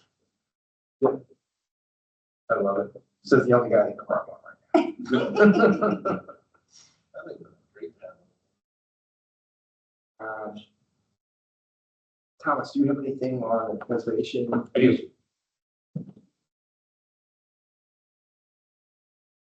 Charleston, so I first saw this in the Public Square, the CMU Journal, maybe 2 weeks ago or a month ago. And then I saw it in Dwell and a couple other places are picking it up. So it's making national news in Charleston, South Carolina. And they are approaching preservation, housing, and architectural character. And I just thought it was relevant to the conversation that we are having right now. So read it later. Don't read it now. But I just, the highlight is we're in the same place as most of the country. We're kind of passively accepting what developers are bringing to us. And the reality is, I'm just going to quote myself here. We're dealing with the reality that the whole country faces. Standard regulatory building and zoning frameworks yield uninspiring and generic architecture. The same financial mechanism are backing Houston, Dallas, Exton, and our borough. So municipalities, including our own, are just set up to passively wait for some enlightened developer to do something better, but no one's coming. So Charleston is they've had great leadership for the last, 30, 40 years. Like our borough here, I'm just so grateful for the work that was being done in the late 80s, early 90s. I'm sure before that, but I hear about that from Ray Odd. But Charleston is saying what we're going to be doing is holding our own designs for underutilized land in places where we know we want future development. So if you flip to the second half of this page, just have an image here. They're projecting out 3,500, so different scale, got 3,500 new units to be built in the next, I think it's 10 years or something like that. And they brought in a couple of great architects who are working at the intersection of attainability and beautiful design actually with was Prince Charles, but now the Princess Foundation and the King's Foundation. And they're doing at scale just really wonderful work in England. And so two of those guys, and then I think two local people, they had come down and work on these pre-approved buildings, but also pre-approved developments. And essentially, they're going through the heavy lifting of the applicants coming in here and getting beaten up by us. They're saying, this is what we want to see. And I think in a small way, we've talked about doing that here ourselves with pre-approved buildings, but I also think of sites like, if that ever gets remediated, the ability to go in there, host your own charrette. I think that the goodwill and the clarity of having pre-approved development is very valuable. And so when we're looking at attainability, we're looking for quality. Those are in some ways at odds with each other. But their approach at Charleston is what we want to do is speed up this process and give clarity to developers so that we can both get attainability and high quality at the same time. So read through it when you get a chance. There's a number of national journal articles on it right now, and I know of these architects. I've met some of them, really wonderful, and I'm excited to see this move forward down there in Charleston. I think we can take inspiration from it. There's a local builder who owns a lot who is actually on the hard.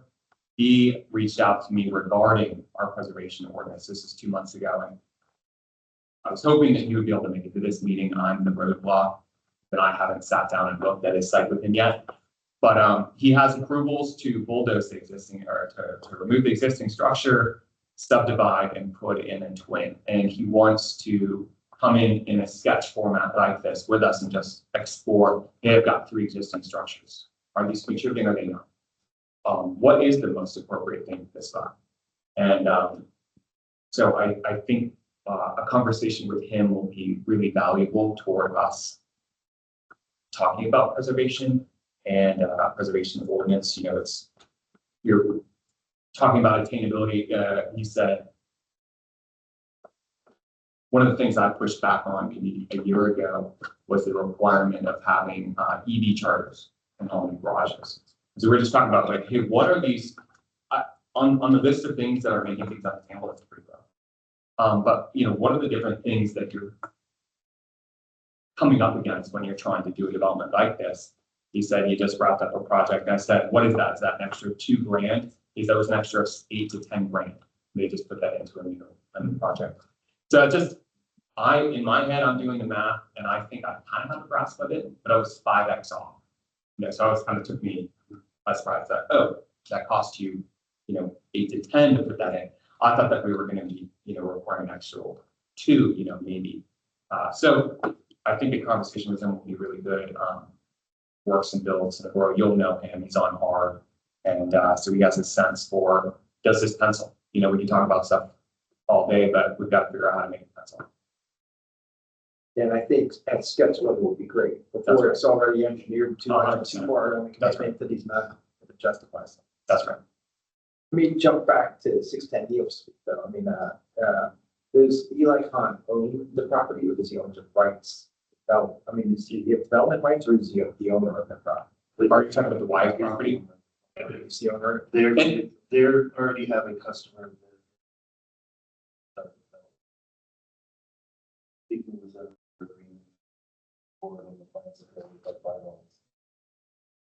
Yeah, I mean, they were also going to put in an Amazon, but I mean, I didn't mean to derail it by mentioning that. I guess I'm just thinking that.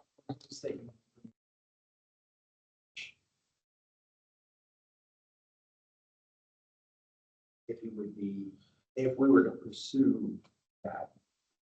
Well, maybe Matt, we talked about this a month ago, and Matt, you had a follow-up email. Can you reflect, do you mind to just saying what you had in your email? I guess it was just that I do agree that lifting restrictions of industrial only does clear one hurdle to residential development or something like this.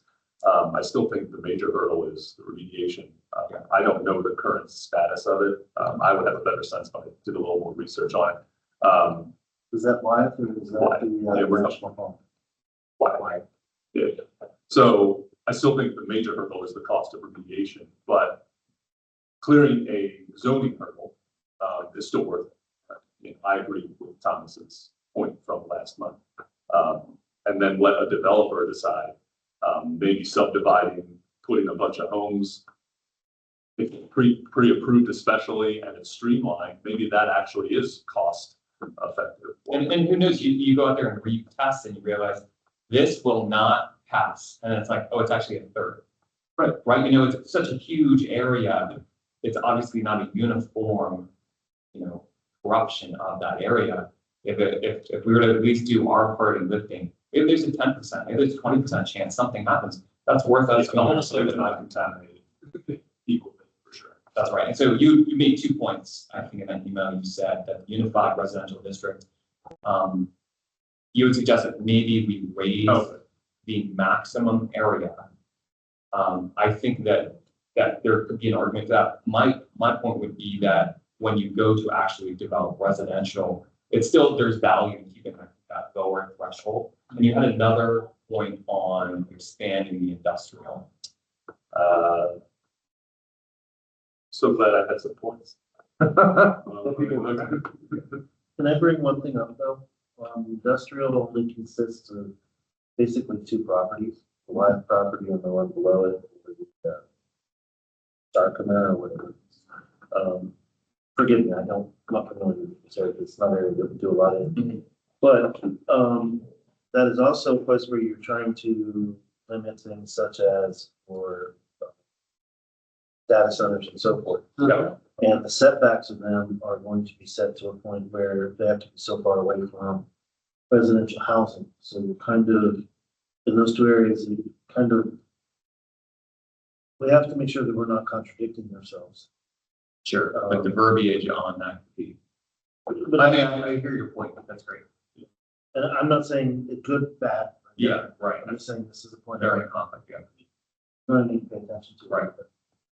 And it was that ordinance that triggered, like, hey, let's talk about this.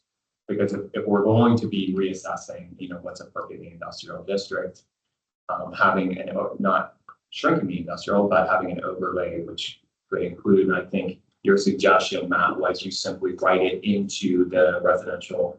Right, just include the ID industrial district within the URD. I think the URD is a use, is that correct? The URD is a use, and we just add it.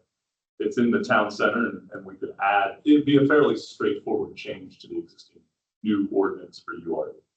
And I think it'd be, an even stronger, it would support the stated purpose of the ID district, actually to accommodate uses, but also to safeguard the adjoining residential areas. So it does contradict it a little bit in that we're trying to move all things like warehouses, data centers to that area, but it doesn't preclude also residential. The only thing that precludes it would be the current zoning and the contamination. So we could get rid of one of those things. Maybe the other's not as bad. Since if they are making moves right now, could we, how would we move forward with that conversation with Borough Council? That'd be a smart thing that, Well, I mean, obviously, I think the first landowner is gonna have a lot to say. So I think- well, that's kind of independent, yeah. Well, moving forward, you have to go to the smart phone. The other stuff that goes along. It's like it's rude. But you're gonna. You want to think about how you're going to address some of their thoughts and coming back to this. I know that there was somebody, I think it might have been Ann Carroll, but I don't want to say that's specifically, but she's made a comment about not dumping everything into the IV section because it's close to the southeast corner of the borough. And it always seems that that's where we take all the stuff nobody wants, but whatever it usually is. It's to get the stuff that's your largest open area other than the golf course. And I don't think so. I'm not Consider making the state. URD housing something. No, but I'm saying, she brought that up when we were talking about the data center. So some people like that would probably have a preference for something like the Oregon.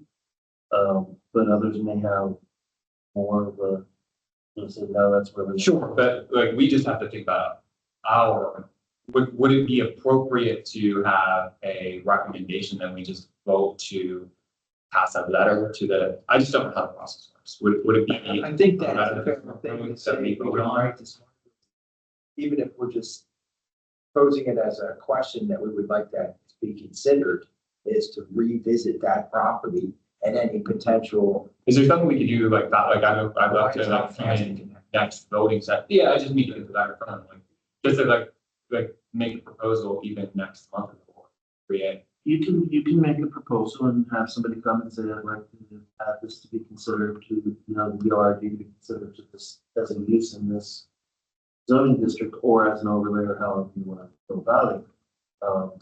Because we feel that there are ways that this could be used, It'd be nice to have a vote. I guess I'm just thinking like maybe the next voting session where it's like, hey, we're all in agreement, or maybe we're not. That's in 1 week. I mean, I think, I'm Yeah. wondering when you're saying that, whether if, just say we take the fact that we're adding URD as an allowed use, as a new use in the ID.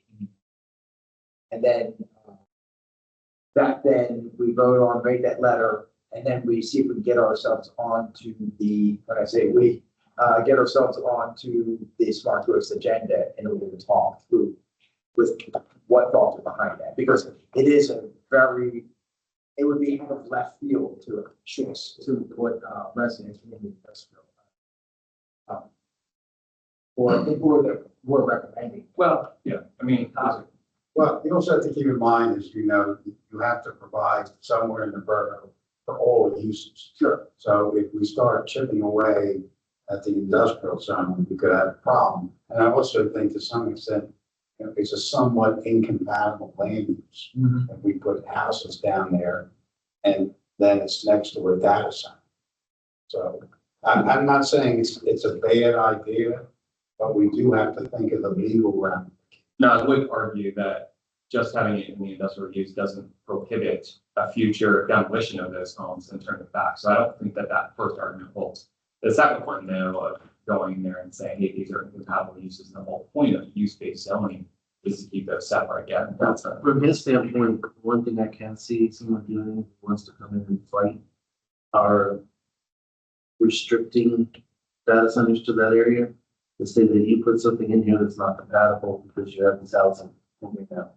You say that this is where you're putting your stuff in. yes. And now you've allowed houses, now you've made it where we can't do this. This is kind of, I don't want to say, spot zoning, but there's things that could be done with it that they can use that against us. And quite honestly, courts, if there is a zoning indiscretion, tend to go with the applicant or the landowner rather than the. Sure. Now, I guess I was just want to push just a little bit. If you allow it as a use, now I think that could be a really strong argument that would say, hey, you are abusing use-based zoning by doing this. But there are lots of cases where you would say, hey, there are setbacks and your land isn't large enough for the setback requirements for a data center. So if you are making that harder by having residential closer, we had them in front of us and you've got to get all your plants in. How are you going to get all your plants in when you have all the parking? Right? We have these rules and requirements. And so as long as you keep it as a use, it doesn't preclude buying up those houses, turning those houses down. So not that it wouldn't be, it's just an argument I think that it's worth having and trying to push for, because Eli's probably not going to consider it, or whoever owns that land, if there are too many obstacles, and this is one obstacle we can't. That's right.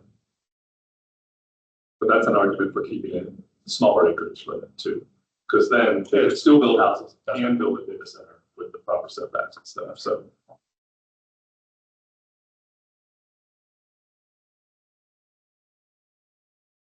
I mean, it's a big ask. I mean, I guess the thing is, it's when you give it a shot.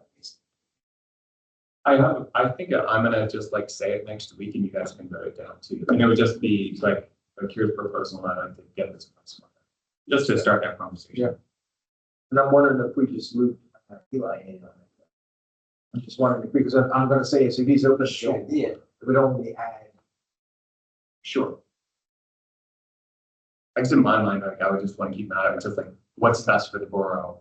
And then you can kind of play catch up, but I think it probably, would be good to loop them in, but. I mean, I don't disagree. Like, It's aside best for from the that, borough is more borough. I mean, and that land there, I mean, you take a chunk over here and say, look how much of that. That's right. in here. I overly don't honor downtown, like, it's the size of all of our downtown. 29 acres, It's remarkably huge, just the same. and it's not equally contaminated, and I'm so frustrated that why, penicillin is holding us captive, hostage. Sure. I don't, well, the opportunity is better now than after there's a giant brand new distribution center on. And it's not gonna happen then, yeah, right. Great. It's worth the ask. I think it's worth, if you want to craft something. Persistent motion.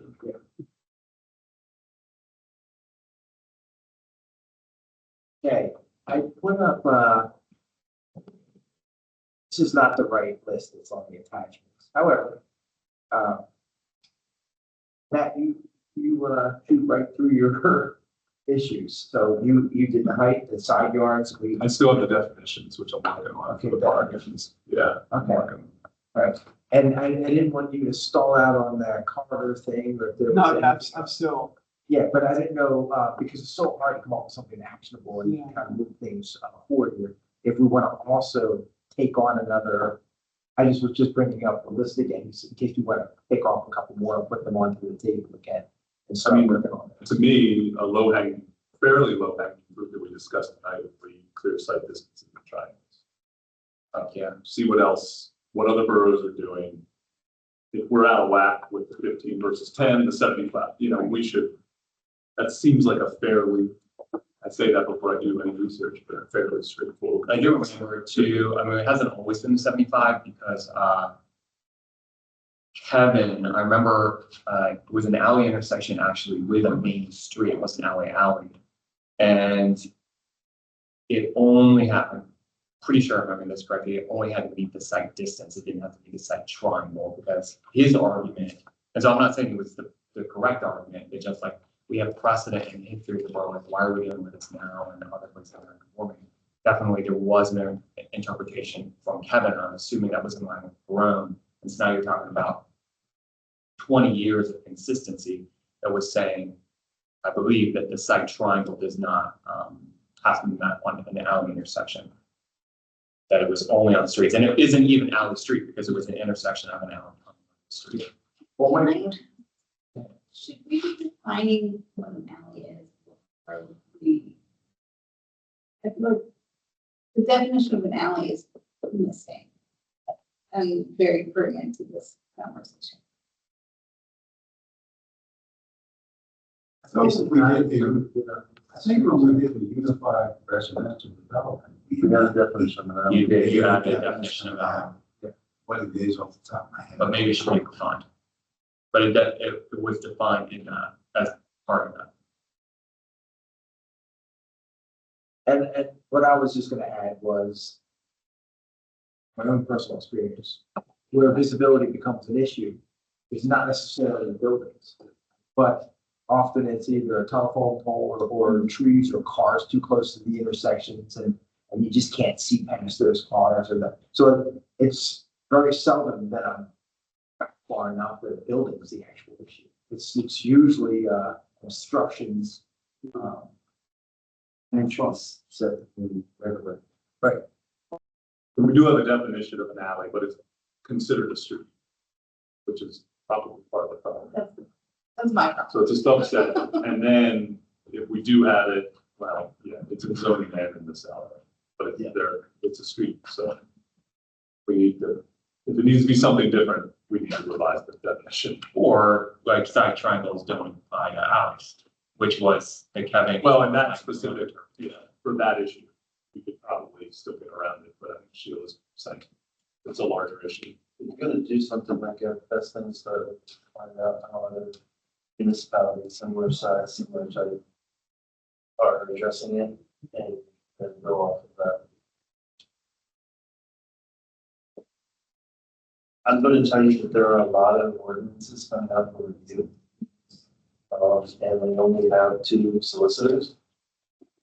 So, Is there a list? I'm supposed to see that. there is, list. Is that on the website or something? no, it's a list that we have with the solicitors. Okay. As to which. I'm just curious, sorry, what, because I know we're generating a couple, but I'm sure Yeah, others are generating. Data centers on the top, there's the peddling solicitation, which is done, but that's without a certain amount of time. We have to redo the chapter 90A, which is the cafe permits.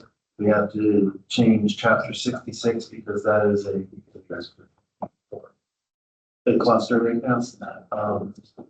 And there's a couple of other ones that are before chapter 66. Trash ordinance just went through a minor revision. I think that's set for the near future, just for another 6 months. But those are the ones that are at the top of my head right now. Kristen has created with my department, Sean and Ramsey and the other department has a list of things that we're going through before other stuff. Chapter 66 is really good. The property maintenance and the point system. And there's a lot of confusion in regards to that. So, Okay, thanks. Okay. All right, but that pretty much takes care of the wall agenda. Anybody want to add anything else? One of my co-workers actually sent me a newsletter from PA State Rep Christina Stabbing. And she has a list of, no list and a map, interactive map of data centers that are ongoing proposed. So I'll send that to you guys. It's a really, I was looking at it earlier, it's really helpful. in Pennsylvania, You can go to every state. Yeah, so it's really cool. the ones that concern us are in PGM. I think it's PGM, grid, Power grid. power grid, PGM power grid. Because that's the power grid. Oh, yeah. That goes all the way from, I believe, lower Wisconsin down to Virginia. Or up to North Carolina. But that would be great. Yeah. And I know there's not a lot like in Westchester or in our area, but they're wrapping up into the hot topic. So It's one of these white ones. they actually they have, yeah. It's not very. East White. Which was that? Was that? Yeah. It's probably. Right now it says.